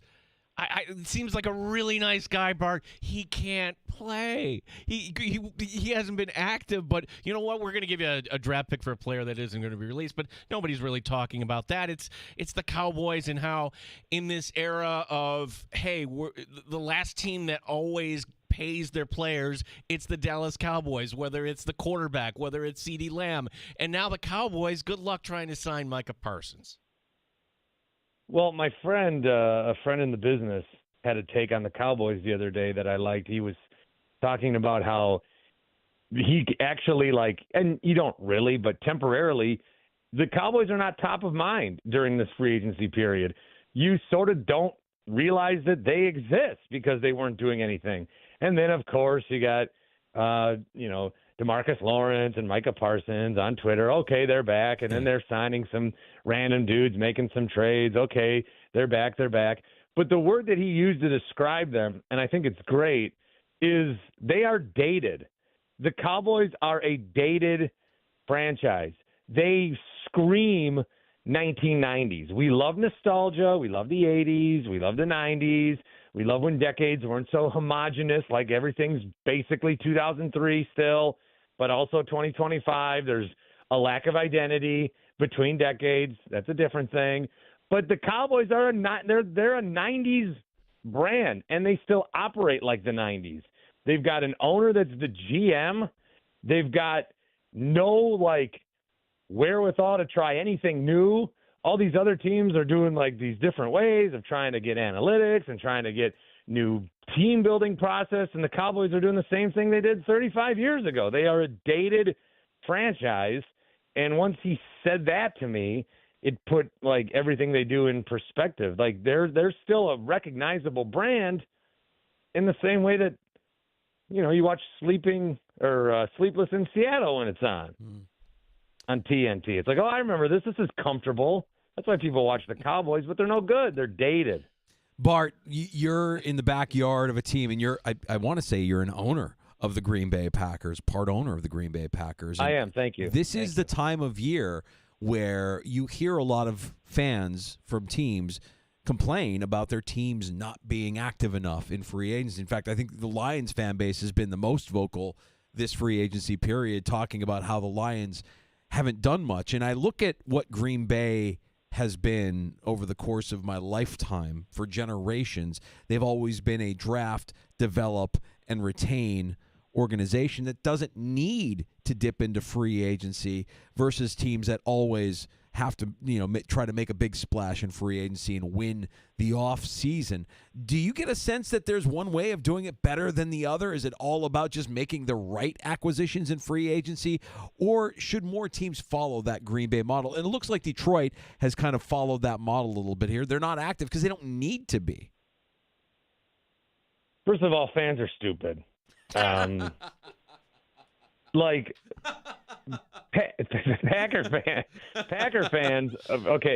Packer fans are desperate for moves, right? Just desperate for moves. And then you're thinking, and we always do this. The free agency class wasn't great. There's some guys that might help on 1-year deals, whatever. That would be exciting. Some name guys, But Packer fans, they're thinking, oh, well, Brian Gutekunst said we're going to be more aggressive, so I'd expect a Trey Hendrickson trade any day now. And then they don't do anything for the first 3 hours on Monday. Fans are going ballistic. Woe is me. This team sucks. What are we doing? And then they give a 4-year, $77 million deal to a guard from San Francisco, Aaron Banks, who I've never heard of, and I know no one else has. And then they sign another corner, and it's oh, okay. So the free agency period is I think we're just so trained on needing these days where our dopamine kicks in. Oh, trade deadline. Oh, 15 alerts on my phone. Oh, my God. And then you're starting to celebrate things that are not worth celebrating. You're oh, my God. You text your friend group. Did you see this, dude? Dude, Rico Dowdle's a Panther, dude. No, that's not anything. That doesn't It doesn't matter. So, Bart, I don't mean to interrupt, but there's a player that the Bills acquired in free agency that I think fits the profile of what you're saying. Should we, as Bills fans, be excited about the acquisition of Joey Bosa? I'd like the Bosa move if you don't expect him to be Joey Bosa of 3 years ago. So expect him to play like a third of the season good, and then you'll be happy. And then everything else is – because that's the last 3 years he's been healthy for like one full season in that time. And if he's just going to replace the Von Miller part, then yes – but are they going to win a Super Bowl because Joey Bosa's there? I don't think that's going to put them over the edge, but I would be excited about that. And that, that's where you use free agency is what do we need that we can't get in the draft, that we have money to spend. I think if you can utilize all agencies, that's the best way. These teams that celebrate, oh my God, the Bears signed 2 guards, traded. We've completely rebuilt our offensive line. All right, well, you've sunk a lot of money because you can't draft there. And the Packers at corner, they had to go and sign a corner because they've spent 10 first-round picks in the last 12 years on a cornerback. So when you do utilize free agency, it is a tool to be used. Don't get me wrong. And we saw Saquon Barkley and how good the right fit can be. But a lot of times free agency is just showing what you were bad at drafting. And so if you're reliant on it, that's going to hurt you. Jacksonville won the first day of free agency so many times. But if you use it to fill in some gaps, like a Xavier McKinney move in Green Bay last year, that was great. Even Josh Jacobs, that's good. But don't rely on it as your top thing, I think. Bart, we did so many shows here when there was a certain defensive end that said, hey, I want to be traded. Well, this is the missing piece for the Buffalo Bills, and you had the people saying that all around, talking about Myles Garrett. I'm going to give Danger credit. From day one, he was saying, he's not going anywhere. He's going to stay in Cleveland. They will offer him the money. And the second that, hey, we're going to make this Deshaun Watson contract kind of disappear for now. We'll have to take care of that bill later. Myles, here you go. Here's your money. What do you think of this quote today? And I don't know if you've had a chance to see this. Myles Garrett meeting with the media today, quote, I think the fans will see in my heart is in the right place. It's never been about money. It's always been about winning. We are stupid, Bart. We are stupid as fans. Well, for Myles Garrett, what I don't like retroactively looking back on how that played out was he made this announcement. He put out a statement because everything's got to be a statement now. And then he went down to Radio Row for the Super Bowl and for a whole week was basically on – he went there to get courted by – like afternoon radio shows that were on Radio Row from any single city. Yeah. And that to then stay with Cleveland, everybody's got a price. Money is a very persuasive thing, and that's fine. It's fine. It's a part of our life. That's fine. But when we pretend it's not, and then it becomes the main thing, let's just not do the song and dance. Let's not. The Browns are probably dumb to pay him. They're not going to win anything, so they could have rebuilt pretty nice around him, and then maybe drafted Abdul Carter or got a quarterback or whatever. But let's not go out there and say, in my heart I want to win, and then sign a 4-year extension with the Cleveland Browns. It just doesn't. But what do we care? We're all going to forget it. It doesn't matter. People get away with saying you get away with saying stuff. You basically say anything you want. There's no repercussions. Nothing matters. So congrats to Myles Garrett, I guess. You on tonight, Bart? I am on tonight. Yes. We are going to I text the guy I work with. I said, I think I've drained the Aaron Rodgers well, so please help me come up with other topics. So might be an NBA heavy night. Okay. Hey, big win for your Bucks, right? Getting over on the Lakers. Well, that's another thing, since you got me all riled up. LeBron, I like LeBron. He's not hurt though. He gets fake hurt. This is the 5th March in a row he's been hurt. If you need time off to rest for the playoffs, just say that. Why all this? Why all the charades? Why all the songs and dance? Just say what you're doing. I think we came up with your topic for tonight, Bart. Appreciate it. I already utilized that one. I'm empty. I am. The well is dry. If you've ever wanted to be on a radio show, this is one of the nights where you call, I put you right on. It do not matter. All right, Bart. Well, we appreciate the time as always, man. And you'll be on after we get done with Amherst hockey tonight here on The Fan. So we're encouraging anybody from Rochester listening to The Fan to give you a shout tonight, help you out. Probably best that game goes into several overtimes. Appreciate you, man. Be good. See you guys. There he is, Bart Winkler, joining us from Milwaukee. You caught up with him when the Packers came in. He and his buddies every year do all right, let's pick one road trip. A lot of Bills fans do that. And they pick Buffalo, and they were playing the Blackhawks the night before, and then you were at the game, so you had a chance to have a cold. Yeah, me and Bart shared a cocktail at KeyBank that season. That was the season that the Bills beat Green Bay, but they didn't look right in the second half of that game. It was a primetime game. Remember this one? Yeah, and Green Bay kept to the run, and Von Miller goes up to Aaron Rodgers basically like, what are you doing? Just kind of poke fun at him. It was an icky win. I came out of that like but they didn't look the same moving forward. Right, and they kind of went into a tailspin after that. Correct. Yeah.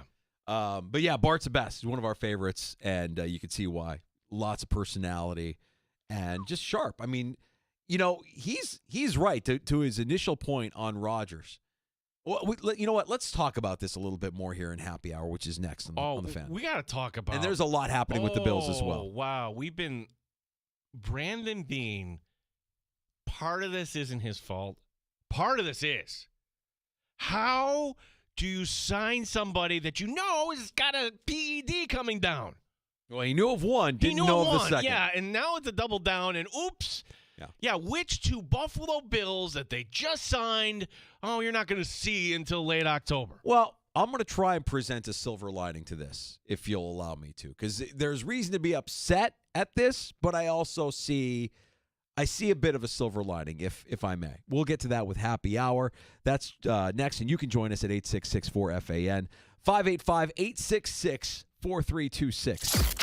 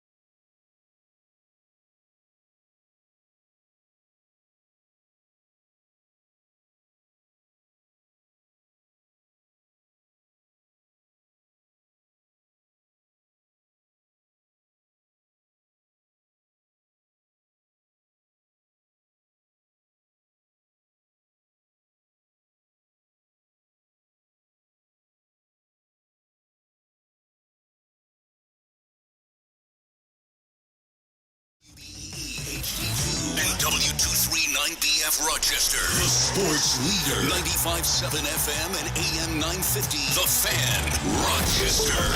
An Odyssey sports station. The Fan, Rochester.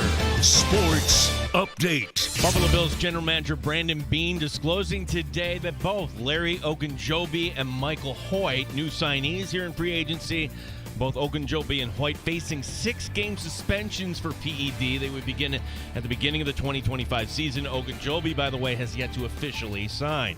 Dane Jackson is back, originally drafted in 2020, a 7th rounder, the corner last year, playing with Carolina. Also an offensive lineman signing today, Kendrick Green, last year playing with the Houston Texans. Hockey night tonight in the Flower City as the Amerks look to snap a 5-game slide. Providence, the opponent, the only game this weekend for the Amerks. Our coverage will begin at 7 o'clock. Sabres hockey tomorrow, the team hosting Vegas. That game you can hear on 96.5 WCMF. That's because we have St. John Fisher Lacrosse tomorrow here at 1 o'clock.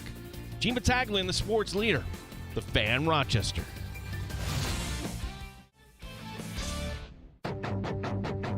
The Sports Bar with Danger and Battaglia. Today's Friday. Today is Friday. Pie. I want pie. War Pie Day. Being every day. So your review on the blood moon. Lunar eclipse. I'm getting old, and I'm ready to win, and I think this team is primed to do that. I'm blessed enough to play with Josh Allen, so I'm excited to get to work. You can imagine the excitement to see what it's going to be like to play with Josh and to play with this team and his organization. The Bills added a new receiver, Laviska Shenault. Dane Jackson is coming back to the Bills. Mike Danger. I do declare it's a great day. Gene Battaglia. If I had one overarching theme, if you had to put a grade on what the Bills did so far in free agency, to me it's a solid B. They have been active. In fact, they've been as active as anybody here. Not a big budget, let's be honest. So I think the Bills did quite well for themselves this free agency. 95.7 FM and AM 950 The Fan. That was yesterday. Rochester. Would you like to revise your grade after the news of the day? Oh, yeah, as we mentioned in the update. So Brandon Beane, when he's negotiating the deal with Michael Hoyt, the agent said, all right, the NFL front office knows about this. This isn't public yet. But apparently, when you test positive, it's a big legal process, right? They want to make sure everything's buttoned up there. The A sample, the B sample, back and forth. Well, there's no escaping this. Michael Hoyt, who with the Rams, and we looked at him, boy, that's a versatile guy. That's a guy who's from Canada. We like that. Hey, he blocked 3 kicks last season. He can be useful. We'd like to come to Buffalo, but you should know that he's facing the PED suspension. This would be his first. That would be for 6 games. Okay. So the Bills do this. They didn't tell us, by the way. They didn't need to. But then Brandon Beane, when Larry Ogunjobi enters the building to sign his contract, Beane's crediting Ogunjobi because he didn't have to do this legally. His representation legally didn't have to do this. It was kind of wonky, right? But he pulls Beane aside and said, listen, I tested positive, just so you know.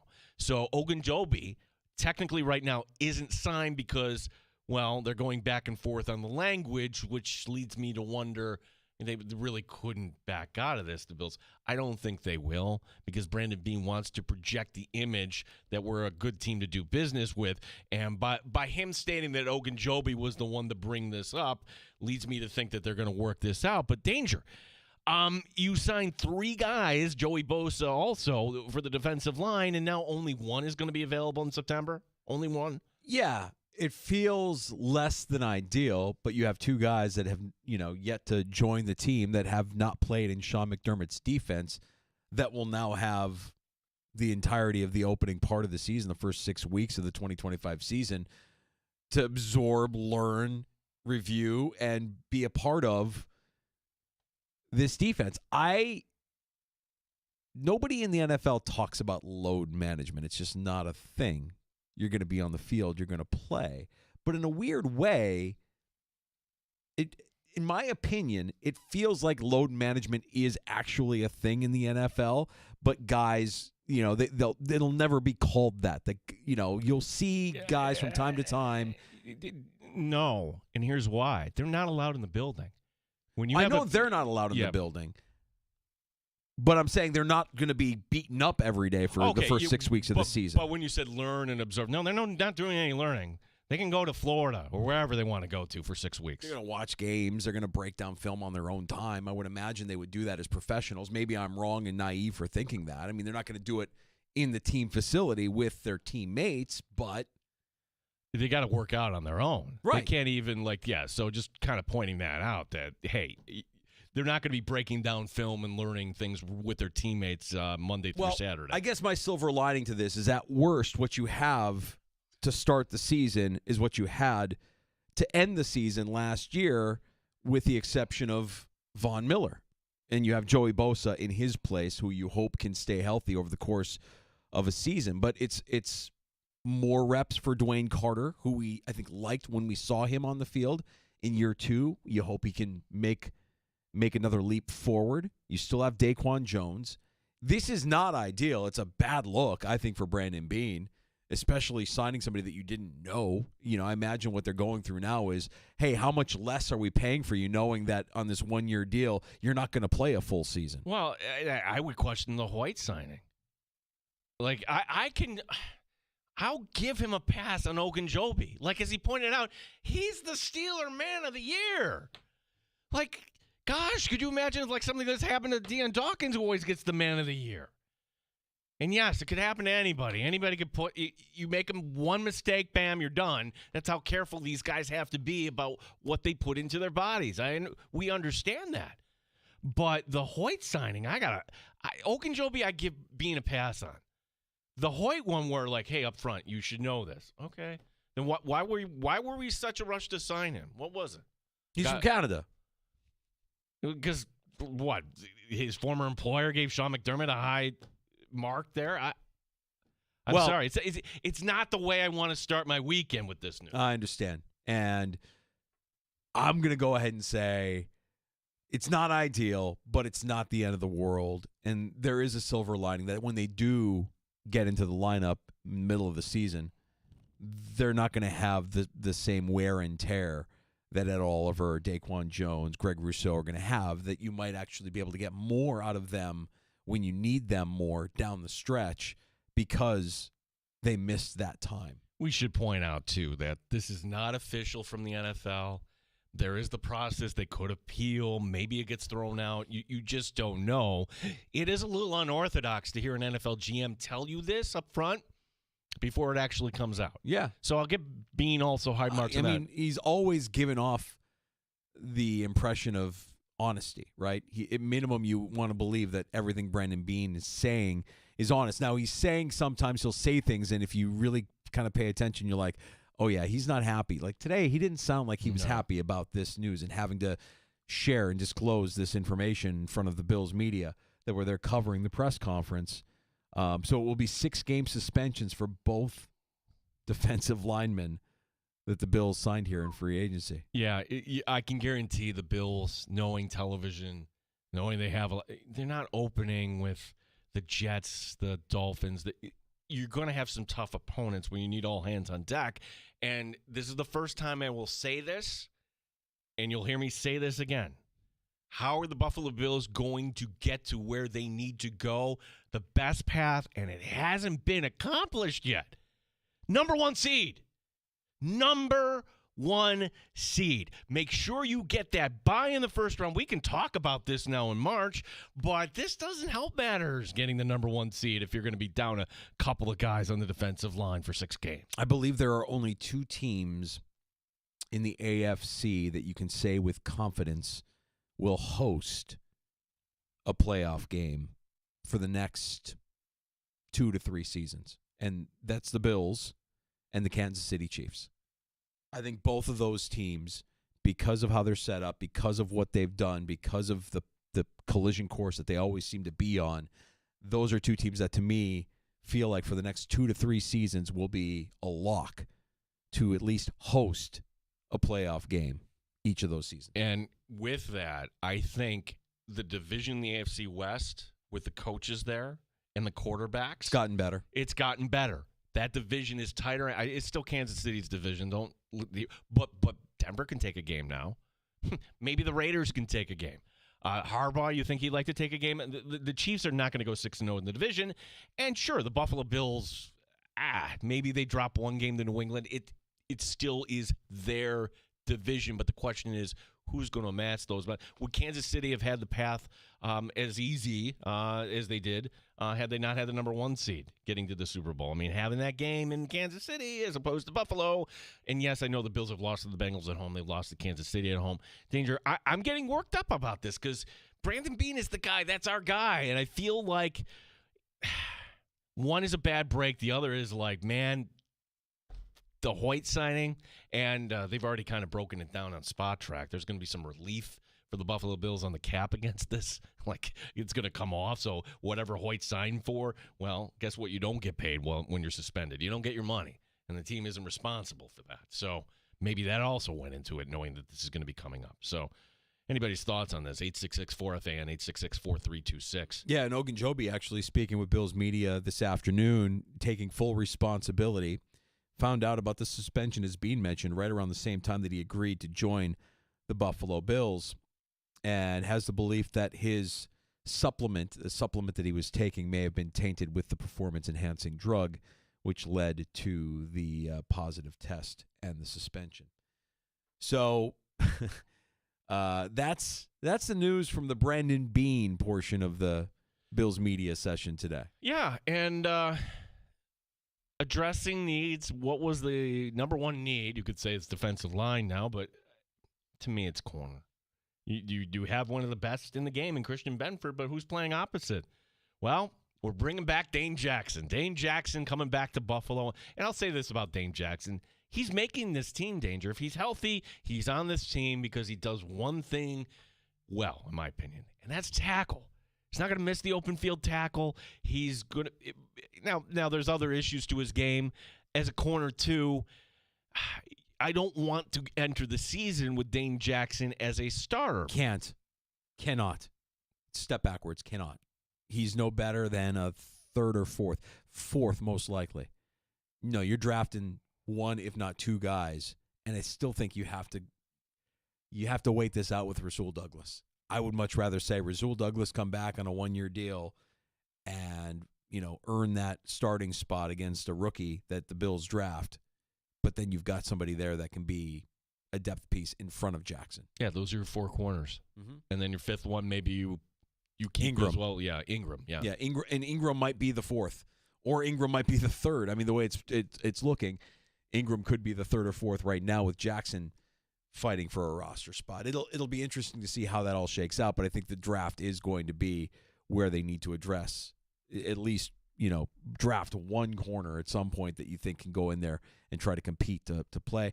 And in that regard, have a little bit of faith, because Kyer Elam aside, they have found some late round bargains. See none other than Christian Benford, obviously, out of Villanova. So that wasn't the only, the Jackson deal wasn't the only deal for the Buffalo Bills today. They signed a guard out of Houston. And they also brought in Laviska Shenault. Laviska Shenault, who you would imagine could probably compete with Brandon Codrington for return duties. 1 game for the Chargers, 11 games for the Seahawks last season, and he's kind of bounced around the league since leaving the team that drafted him in Jacksonville. I think we all took a flyer on Laviska Shenault in fantasy at some point, didn't we? Guilty. Absolutely guilty. Yeah, I'm pulling for the guy. Really tough childhood, watching his father, get hit by a car and lose his life. That was reported, by our buddy there, Ty Dunn.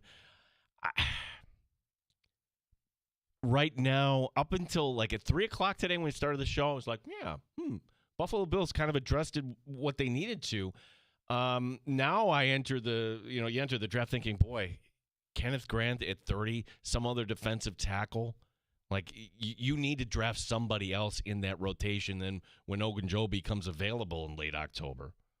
Not to mention Hoyt. I don't even know what their plan is for Hoyt. He could play anything, basically. Well, you mentioned it. Their cap charges now will be lower, so you have the difference there available for the team to spend if they choose to do so. And maybe that's the difference between them signing or not signing a guy like Douglas on a 1-year deal. We'll see how it all shakes out here as free agency kind of continues. But, yeah, today's news a little bit surprising. I mean, full disclosure, I mean, we kind of fly by the seat of our pants sometimes here in the sports bar. No, Brandon Beane is speaking this afternoon. Do we want to check in on what the Bills GM has to say? And we go to him, and whoa, the timing couldn't have been more fortuitous as Brandon Beane laid it out. Like, yep, we got two guys that we brought in that are both going to be serving suspension. So with Hoyt and Ogunjobi, it's a 6-game suspension. And, yeah, those cap charges will be lower, and the Bills will have that difference to continue to spend in free agency if they so choose. 866-4FAN is our phone number. We were joined last hour by Bart Winkler, who you will hear tonight on Infinity Sports Network. I think kind of teasing. He's going to talk LeBron, talk NBA, which you're doing a national show. But Bart, I think he's ready to kind of put a pin in on the Aaron Rodgers saga. As here we are to the end of the week, Danger, just like we predicted. The Giants, your plan is Tommy DeVito. The Steelers, your plan is Mason Rudolph. I mean, really, this isn't on air. And I think Bart is right. Like, we want to point at Aaron Rodgers. Like, what are you doing? Stop holding these teams hostage. You're the Steelers. You're the Giants. You got to be better than that. Hey, do you want to be here? Yes, no? Okay, we're gonna move on in a different direction. I mean, the Steelers and the Giants put themselves in this position where they're desperate for a quarterback, but we're not saying that it's their fault. Rodgers has never been in this position. He's never been a free agent in his career. He deserves it. I like what Bart said about Schefter. Schefter's a little whiny bitch. Like Schefter, that you don't like it because you don't like the player, and you don't like that you're not the one that's breaking the news on Aaron Rodgers. You want it to happen because it makes you look good. But who cares? Take the time. It's not Rodgers' fault that the teams that have an interest in him are dumpster fires at the position. So I'm with Bart. This could drag on to right before training camp. It is the Brett Favre cycle. Because Favre would go back to his ranch in Louisiana, and I'm not going to play. And all of a sudden, training camp opens in July, and there he is. He didn't want to deal with all the off-season stuff. Yeah, the other points that he brought up that I agree with 100% is that Favre, the longer he waits, the more power he has when he does eventually, if he does eventually, sign with the team. You realize you said Favre, not Rodgers. I'm sorry, Rodgers. They're one and the same. They are. They really are. They've learned from each other, and they're following the same path. I don't know if Rodgers is going to end up in Minnesota or not, but wherever he does go, if he decides to sign with a team and not retire, by the time he gets there, the later he waits, the more he can kind of impose his will and not do it the team way, do it his way. I think Bart's right on as far as how Rodgers is going to deal with this, and I trust what he's saying because he saw this firsthand for all those years in Green Bay and has been pretty accurate in his predictions of how Favre is going to play out here the rest of his career. Danger, I don't play the lottery. Few reasons. One of them being, hey, if you actually won, hey, we want to congratulate Anthony Gallo in Batavia for winning. Like, I don't want my name out there. Like, the analogy here being, Aaron Rodgers, I'm sure, has offers not to his liking. Correct. Is there a way you can make this look good so the guy saves face that he's not going to sign 1 year, $10 million with somebody? Could something be incentive laden? Are you making it fake money with void years on the back? I don't know if there's like some sort of loophole where you. If you want to believe the reports that are out there that Rodgers wants to make more than the $33 million that Sam Darnold is scheduled to make in Seattle this year, then I would say it's more likely Aaron Rodgers retires, because I don't know that there's a team willing to pay Aaron Rodgers more than $33 million. Or we just sit and wait and wait and wait, and we get to the 4th of July, we get to training camp. Oh my gosh, so-and-so got hurt. What is this team going to do?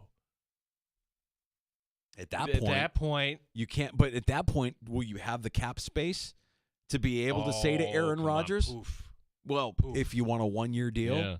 I mean, you'd have to do a multiple year deal. Multiple year deal, yeah. It'd be tough. Yeah, it's fascinating.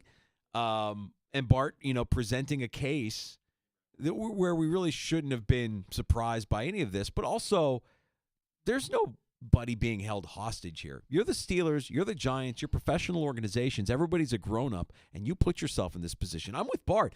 I can't believe that they left Shane and Daboll in New York. That that right there should tell you they're going to be doing what's best for them, not what's best for the team, in an effort to save their skin when they should have just been let go at the end of the season last year. Start over. Oh, my gosh. Then you could really evaluate the quarterbacks. If it's not to your liking, then you gear up for the following year. Our phone number, 866-4FAN. Brad in Rochester. What's up, Brad? Hey, Aaron Rodgers is not going to announce to Schefter that he's got a team. He's going to announce it on McAfee. Come on. You got to see that on the wall. If I'm the Giants and the Steelers, I'm calling Russell Wilson right now to say, what is it going to take to get you in? Especially the Giants. Russ, we'll hold you on 2 years, make it worth your while. And I don't think Tomlin is actually comfortable going with Mason Rudolph because he doesn't have to pay the money. He doesn't have the headaches, doesn't have the drama. And it leaves Aaron Rodgers hanging out there, hoping for a team. Hoping, kind of like Tannehill last year, hoping for a team to possibly call him. And then he'll be in the news all training camp because everybody wants to hear him. Oh, what do you think? So-and-so got a sprained ankle. Are they going to bring Aaron Rodgers in? So-and-so twisted a knee. Are they going to bring Aaron Rodgers in? And that's just in his wheelhouse so he can get all the attention. Brad, yes, exactly. Appreciate the contribution. 866-4326 our number. We'll get to a round of shots next on the Fan. Yeah, as we got hockey tonight down. Blue Cross Arena, the Amerks will set you up for that. A show that I know is not on your list, Danger, but sports related that is coming back that got greenlit for another year. We will tell you about that. The possible destination for the Tampa Bay Rays, we'll tell you about that as well. All right, more on the way. Last call where you can have the final word in the sports bar as well. That number is 866-4FAN. Again, 585-866-4326.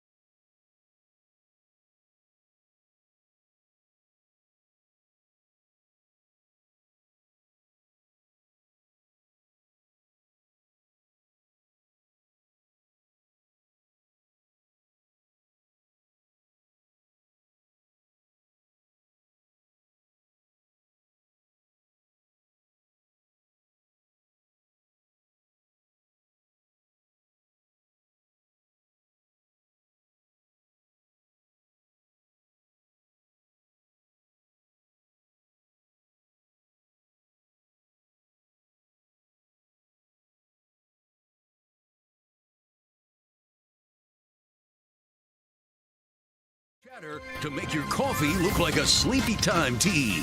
The Fan Rochester Sports Update. As heard earlier today here in the Sports Bar, Buffalo Bills general manager Brandon Beane disclosing that both Larry Ogunjobi and Michael Hoyt, two new free agency signees, are facing 6-game suspensions for PEDs. Ogunjobi has yet to officially sign. Dane Jackson is back in Buffalo, originally a 2020 7th-round pick. Jackson signing a 1-year deal with Buffalo. He played in Carolina last season. Kendrick Green also signs. He's an offensive guard, originally a 3rd-round pick from Pittsburgh. Green was with the Texans last season. Rochester Americans hockey night tonight in the Flower City. Looking to break a 5-game slide. Providence is the opponent. Don Stevens, Andrew Mossbrooks will be by at 7 o'clock with the call tonight. Sabres host Vegas tomorrow. St. John Fisher Lacrosse tomorrow on the Fan at 1 o'clock. Gene Battaglin, the sports leader, 95.7 FM and AM 950, the Fan Rochester. Bone-crunching hits, backboard-shattering dunks, bat flips, and hat tricks. 95.7 FM and AM 950, the Fan Rochester. Happy Hour continues in the Sports Bar. Danger and Battaglia, glad you're with us on The Fan. Thanks for checking us out on YouTube. Our YouTube channel, The Fan Rochester. Like, subscribe, share, tell a friend. We appreciate all of that. It's time for a round of shots, Gino. This is like 5 years ago. Remember the hero? And I'm not saying this, facetiously. Somebody actually found the NCAA bracket and put it out there, and we didn't have to watch the selection show. Oh, right. They leaked it. Yeah. Yeah, they leaked it, and Bonaventure was left out. Syracuse got in. I hope they do that again, but I doubt that'll happen. Teams on the bubble, well, I can tell you one that's not going to make it. Ohio State. They are out pretty much after bowing out of the Big Ten tournament in the first round. North Carolina is an interesting case. Now, if the Tar Heels beat Duke tonight, they probably get in, but if they do this against a Duke team without Cooper Flagg, does that? I'm not sure if that gets factored in. Texas right now, they're in trouble. They were on the bubble. They are down by 14 here in the SEC tournament, losing to Tennessee with 6 minutes to go. So it's looking like the Longhorns might not get in. Xavier on the bubble, San Diego State on the bubble. All those schools with resumes incomplete. We're going to talk to our guy, PJ Glasser, hoops expert, coming up on Monday. Yeah, you and Terrible Take Timmy are going to have an unfair advantage on me because you're going to be getting a conversation with PJ that I'm not going to be privy to. You do understand that wherever you are, you can listen in the Odyssey app. Yeah, but it's St. Patrick's Day, and I'm going to be very busy. You do understand that you could go back in time and listen to the show. I understand. We have lots of great features in the Odyssey Listen, app. If you have questions, I can listen. Brandon Beane, listen. We've picked up some free agents that have suspensions on the way. That was as perturbed for Beane today. Why? Was he perturbed or was he embarrassed? I almost feel like he came off a little upset, but I imagine he's got to be a little embarrassed. Well, this is a point that, shame on me, I didn't think of till just now. Did they do this like Wednesday at 10 a.m.? No, they did it Friday at the end of the day. The Friday afternoon news dump. Friday at the end of the day. PR 101. Wow. We don't want people talking about this. No, we get back Monday. Oh, yeah, that's old news. We'll completely forget. Yeah, on ESPN.com's NHL page, the story today. Inside the Sabres' never-ending rebuild. How do the Sabres reverse their historic playoff drought? Oh, who cares? Yeah, exactly. I'm not reading that. I'm sorry. We're living it. I don't need a recap. Timely, I suppose, with Jack Eichel and the Vegas Golden Knights coming to town. Oh, who cares? With us carrying Fisher Lacrosse tomorrow, we'll have better ratings. Sabres hockey can be heard on 96.5 WCMN. Yeah.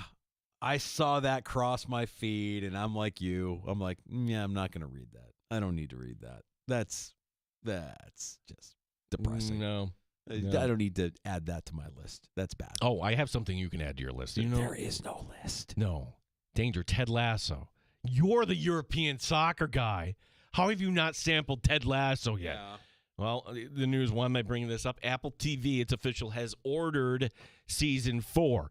And yes, the lead actor, now, if you're like, don't spoil this for me. Hey, it's been out since how long? 2000? I'm not spoiling anything. The lead here, Jason Sudeikis, he's back as Coach Lasso. However, when we left off in season 3, he was back stateside with his son thinking, okay, that's where they're going to wrap up the show. How do they bring him back? The plot of season 4 is going to revolve around Lasso coaching the new women's team for the fictional AC Richmond.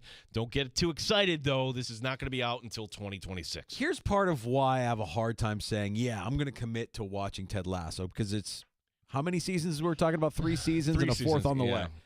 I binge watched Shoresy earlier this week, a series on Hulu. If you're not familiar with Shoresy, it's a spinoff of Letterkenny. If you're not familiar with Letterkenny, it's a series that's centered around a small northern Ontario town. Oh, the effing embarrassing. Yeah, that's the one. And there's some hockey components to it, which when I saw it, the first time I watched Letterkenny, I'm like, I kind of relate to this show because it's not too dissimilar than the town I grew up in northern Minnesota. Just a very similar kind of culture and lifestyle, so I kind of dug it. And when Shoresy came out, knowing that it was going to be a hockey-centric kind of series, I had to watch it. And it doesn't disappoint. Seasons are short, 6 episodes, about 30 minutes per. So I rifled through all of season 4 in one night. And Gino, believe me when I tell you, I felt like crap after I did it. I can't do it. Well, that's like eating chips or candy or whatever. This you is have what to I walk don't, away, put it down. I don't have the discipline, is what I'm telling you. If I had the discipline to say, you know what, I'm going to watch Ted Lasso, I'm going to commit to an episode a night. I can't do it.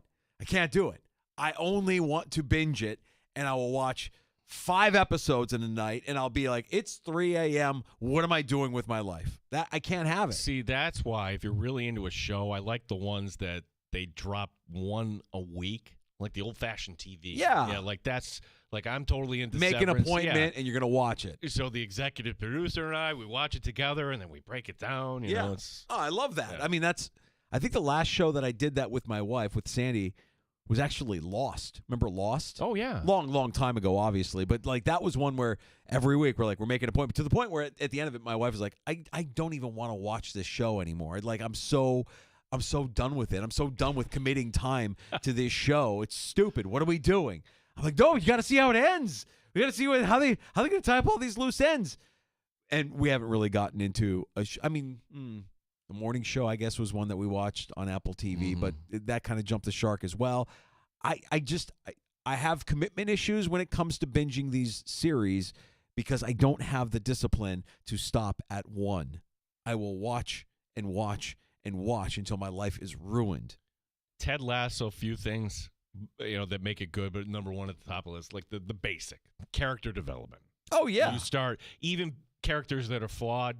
You're pulling for them. Yeah. That's it. And I know this from experience because you want to talk about character development. The 2 shows that I just unmercifully powered through and binge watched until it ruined my life, Mad Men and Breaking Bad. Those 2 series made me realize I have zero self-control when I get invested in a series. I can't stop watching when I know it's what I need to do. I can't do it. So left to my own devices, I don't have the discipline.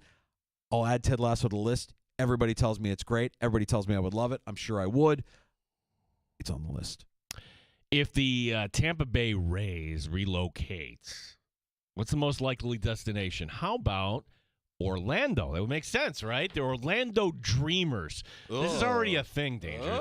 This was founded by the late Pat Williams of the Orlando Magic fame. He was, drumming up the support for a potential expansion team.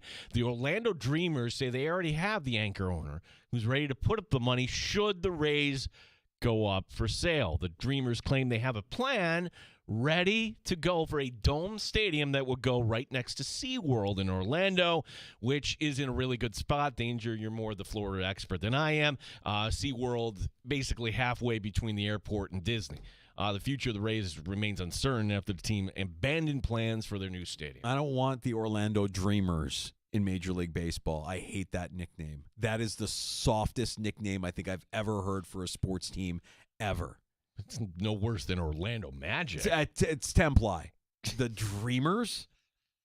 What are we doing? We can do better than that, Orlando. I don't like that at all. Not everything has to be centered around the magic of Disney when you go to Orlando. Like, there's other things in Orlando beyond Disney and Universal and theme parks and rides. The Villages? Like, what else you know for? No. The Orlando golf carts. Let's go.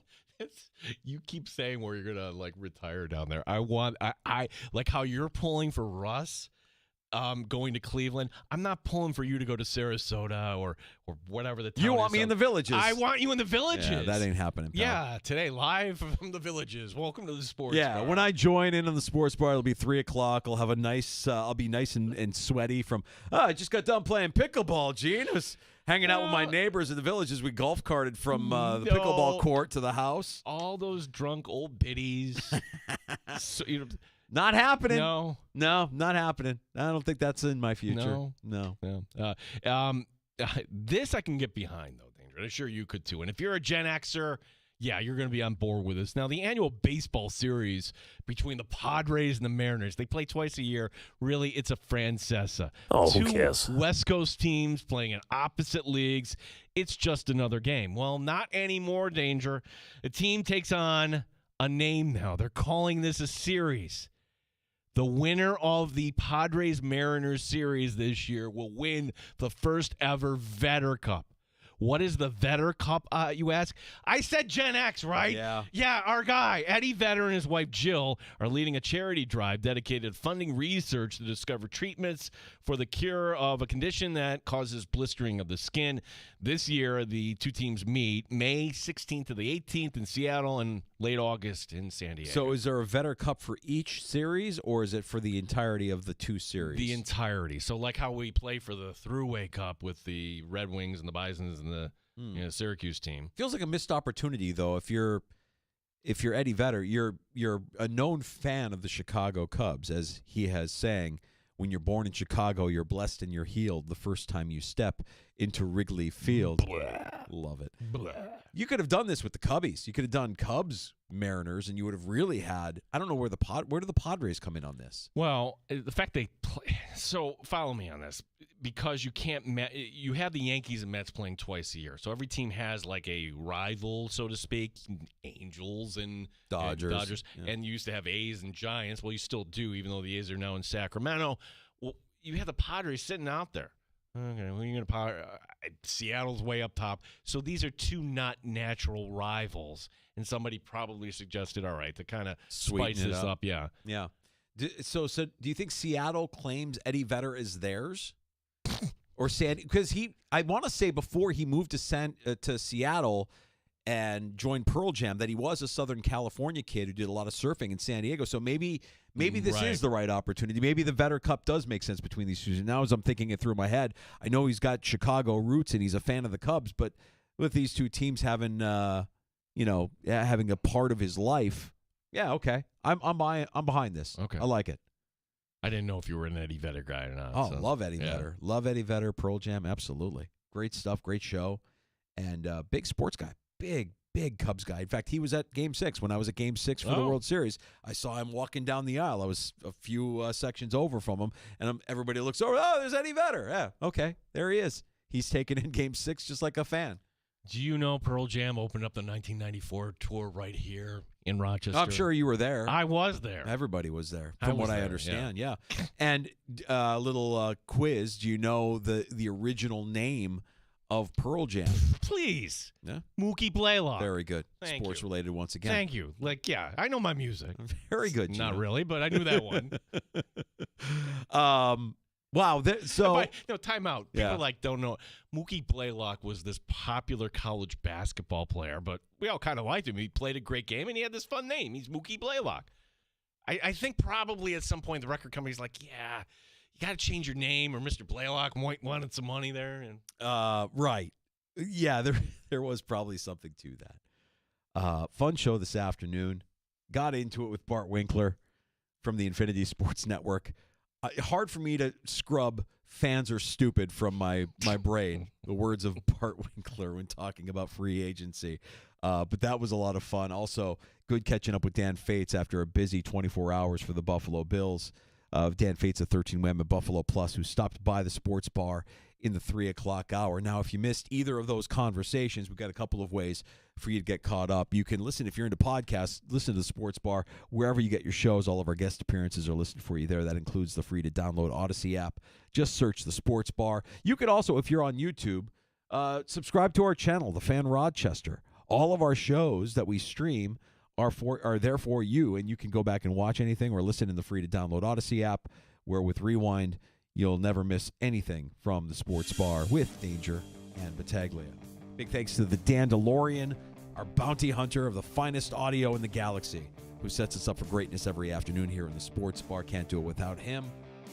And a big thank you to all of you for making us part of your afternoon routine. We know how many choices you have for your sports information and entertainment. The idea that you choose us, even if it's just for 5 minutes on your ride home, it's humbling. Gino and I don't take it for granted, and it's a privilege to be able to do this every day here in our favorite city in the world. Lacrosse tomorrow. Hang out with me. 1 o'clock. St. John Fisher Lacrosse tomorrow with Gino on the call at 1 o'clock. And before we get to that, Providence, the opponent tonight for Irish Night at the Blue Cross Arena. St. Patrick's weekend. Everybody be safe out there. Have fun. Good luck to all the runners in the Run in the Green tomorrow morning as well. We'll have Amerks Providence hockey for you coming up at 7 o'clock. Before that, JR Sport Brief next. Have a great weekend. Thanks for listening. The Fan Rochester. You're listening to the Sports Bar with Danger.